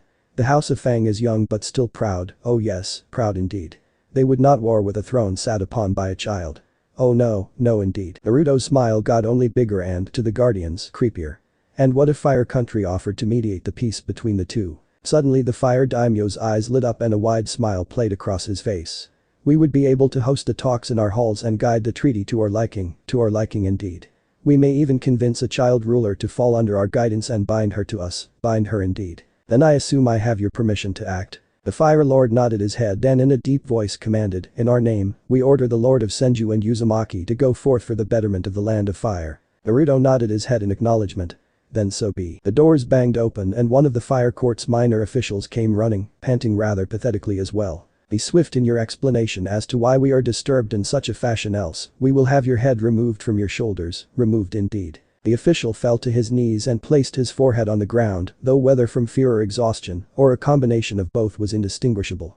"Your Majesty, huff huff." The daimyo's eyes twitched in annoyance. "Enough, remove this vermin from our presence." As the guards at the door came over and picked the man up by his arms, he yelled, "Wait. Your Majesty. The Hokage is at the city gates. He will be arriving soon." "Fool. We knew already that Hiruzen approaches. Let him rot in a cell for a week." "Rot indeed," he commanded the last bit to the guards while pointing his fan at the official. The man was so shocked that he didn't even object as the guards dragged him out and shut the doors. The old man got here pretty quick. He only left from Konoha about an hour ago. Must have given his Anbu a workout if he arrived here in such a short time," said Naruto, who was standing upside on the vaulted ceiling. Not even bothering to crane his neck to look up at the young shinobi lord, the daimyo said, "Hiruzen has always put efficiency as his priority during times of war." "Oh yes indeed. We will have much to discuss as the fall of our water equivalent shall present opportunities for our navy and expansion of territories." "Opportunities indeed. Then I suppose I best hurry and take care of the Fang Claw annoyance." "Oh yes, yes indeed," chuckled the fire daimyo. "Oh yes, one last thing Naruto, last thing indeed. We have ordered the closing of all ports as Hiruzen advised in his letter. As governor of Uzushio, you will have to sign off on those orders." "Sign off indeed. It shall be taken care of." But that Naruto disappeared in a swirl of space. The fire daimyo chuckled once Naruto was completely gone. Such a dangerous child, oh yes, dangerous indeed. The ninja guardians could only nod their heads. The next morning, Kurenai was running her team through various drills. Orders had come down to spend time training extensively, and so far only the Jounin knew, but the political climate was ripe for war. She herself had lived through her childhood during the Third Shinobi World War, and from what she saw from her seniors, was not something anyone wanted to experience. Kakashi had been a few years older than her and fought alongside the fourth before he became Hokage, and was still haunted by whatever happened to him. He was one of the strongest shinobi in the village too. She looked at her team as they ran through formations and layered jutsu together. They had really grown on her the last few months. Yakumo was already like a younger sister to her, and Sasuke and Naruto had become like younger brothers. Overprotective younger brothers, she might add. She giggled at the memory of when Asuma had literally fled from the two after he tried hitting on her. Flashback, Kurenai was walking down the market street looking to buy some fresh fruit from some of the vendors. She always liked the organic produce from the small farms on the outskirts of the village. Naruto had explained to her how the forest surrounding Konoha had some form of chakra left over from the first Hokage. Hence why the small local farms around the village walls grew the most delicious food. It amazed her how the first Hokage, even 50 years after he died, still found a way to help out his people. Now that, to her, was dedication. "I guess there's a reason he coined the term Will of Fire." "Hey there Kurenai," a voice said behind her. Kurenai turned to see a tall dark-haired man with tan skin and a short beard. "Oh, hey Asuma. You shopping too?" "Yeah," said Asuma as he moved next to her. "I was out on a mission for 2 weeks with my brats, so I have nothing in my home that isn't spoiled." Kurenai frowned as he took out a cigarette and lit it. She promptly took it out of his hands, threw it to the ground and stomped on it. "Those things will kill you, and you shouldn't call your genin that. Not unless you coat your lungs with wind chakra to expel all the smoke," he said, pulling out another one. "Besides, I have Inara and Akimichi. The embodiments of lazy. Not to mention Ino is the single bossiest girl I've met." She simply huffed and crossed her arms, continuing with her shopping. She noticed Asuma was right behind her and was walking close enough that their shoulders kept brushing. After minutes of silence and stall browsing he said, "So Kurenai, I was wondering if later you'd lick." Asuma stopped mid-sentence and indeed, it seemed as if the entire street froze. The reason being a palpable murderous wave that seemed to wash over the market. Oddly enough Kurenai seemed unaffected, yet she turned in curiosity as Asuma had rapidly spun around. What she saw made her sigh. The entire street had parted in two as the Uchiha and Senju pair walked towards Asuma and her. Both exuberating an aura of carefully controlled anger. No one said a word as the two made their way towards her. Both of them had their gazes locked on Asuma. Kurenai barely registered Yakumo trailing behind the two nervously and somewhat embarrassed. "Good afternoon sensei," Sasuke greeted as they approached. She smiled at him because he was being friendlier than when they had initially formed his team. Of course, that smile quickly transformed into a frown when he and Naruto maneuvered themselves between her and Asuma. Feeling a tug on her sleeve made her look over to an apologetic-looking Yakumo. "Sorry Kurenai-sensei," she quickly whispered. "We were heading out for lunch when we spotted you two. They left before I could stop them." Kurenai sighed knowing what this was about. Naruto and Sasuke were extremely overprotective of her and Yakumo. A client had once made suggestive remarks towards her once, and in retaliation the two of them threatened the man in such horrific, albeit creative, ways that the man went back to the Hokage in tears and asked for a different team. Though she reprimanded them for it, she was secretly pleased. Her boys were perfect gentlemen without an ounce of perverseness. "Kurenai-sensei," Naruto began. "We were heading out to lunch to a restaurant that I bought that was voted 5 stars. Their takoasa is said to be superb, and I wanted your opinion on it, knowing that it is your favorite. My mother also invited you to a flower viewing party this evening. We obtained some particularly rare sake for this event," Sasuke finished. Of course both of them hadn't looked at her for one word of what they said. Instead opting to glare openly at Asuma, who was sweating bullets. Kurenai knew what they were doing. Naruto appealing to her favorite food and Sasuke to her love of strong and good sake, and Kurenai was ashamed to say it was working. She was embarrassed to admit it, but her two students spoiled her. In this case however, they were attempting to destroy Asuma's self-confidence by throwing into his face who they were and what they were capable of. Sighing, once again, and closing her eyes, she placed a hand on each of their heads. "Boys, that's enough. Naruto, stop shamelessly throwing around your money, and Sasuke, there really is no need for your Sharingan to be out right now." In response, she got a perfectly synchronized HN. Kurenai forgot that these two were distantly related, Naruto having divulged that he had Uchiha ancestry to her. Returning her attention to Asuma, she smiled apologetically and pushed past her two genin. "Sorry Asuma, my boys can be a little too overprotective. You were going to say something." "Never mind, it was nothing," Asuma said while nervously scratching the back of his head. "I need to get going later." As Asuma disappeared in a puff, she turned to glare at the two boys who shamelessly gave her another HN. Sighing, again, she said, "You said takoasa." At Naruto's nod she replied, "Alright, let's go." As Naruto and Sasuke led off, Kurenai looped her arm through Yakumo's, who said, "Boys." Kurenai snorted at this, in full agreement. "Although you have to admit it was rather cute." "It was, wasn't it?" smiled Kurenai. Both Kurenai and Yakumo broke into giggles when they heard a pair of indignant HN. Flashback end. Kurenai smiled at her team as they walked towards her. Noticing that Naruto hadn't been all there during the session, asked whether he was alright or not. "I'm fine Kurenai-sensei. Didn't sleep much last night. Was busy doing stuff." Kurenai was about to say something when Naruto turned his head towards the trees on the border of the Trai-9 ground and said, "Hey cat." Suddenly a purple-haired Anbu wearing a cat-themed mask appeared beside Naruto. "Hey there Naru-chan," she said and ruffled his hair, which caused him to scowl. The other three were surprised by the Anbu's sudden appearance. Kurenai more so because she knew who this Anbu was. Yuga Yuzuki, codenamed Cat, was a very good friend of hers. "You know Naruto?" she questioned with a surprised face. "Yeah," her voice drifted from behind the mask. "Me and Naru-chan go way back. Anyways, I was about to leave on a mission myself with my squad when I was asked to give you guys a mission. You're to head over to Wave Country and provide backup to Kakashi and Team 7. Apparently a routine C rank ended up being booted to the high end of A rank. And they're sending another genin team to back them up," Kurenai asked incredulously. "Due to extenuating circumstances, many of our elite teams have been deployed to the borders." "Right, I forgot. Anyways, here are the mission details," she said while taking a scroll from the pouch on her belt. "Well later guys. Good luck Naru-chan," she said while disappearing, but not before ruffling Naruto's hair one more time. Turning to her team, Kurenai said, "You have 1 hour to meet me in front of the main gates. Pack well, this is a long trip." Dismissed. While sealing away all the gear needed for a long trip and finding something more comfortable to wear into battle instead of his Senju Yukata, Naruto also pored over the files Danzo had on Wave. Wave's current economic situation would make it an easy addition to the Fire Country. Not to mention a good chance to earn a lot of cash that no one could trace. He smiled to himself as walked over to the weapons wall and pulled off the gun by. What if Naruto trained by Hashirama and Madara for Chunin exams? Thanks for watching my video till the end. If you enjoy this content, then do consider subscribing to my channel and leave a like if you guys need the next part, comment down, and thanks for watching the video and see you guys in the next video.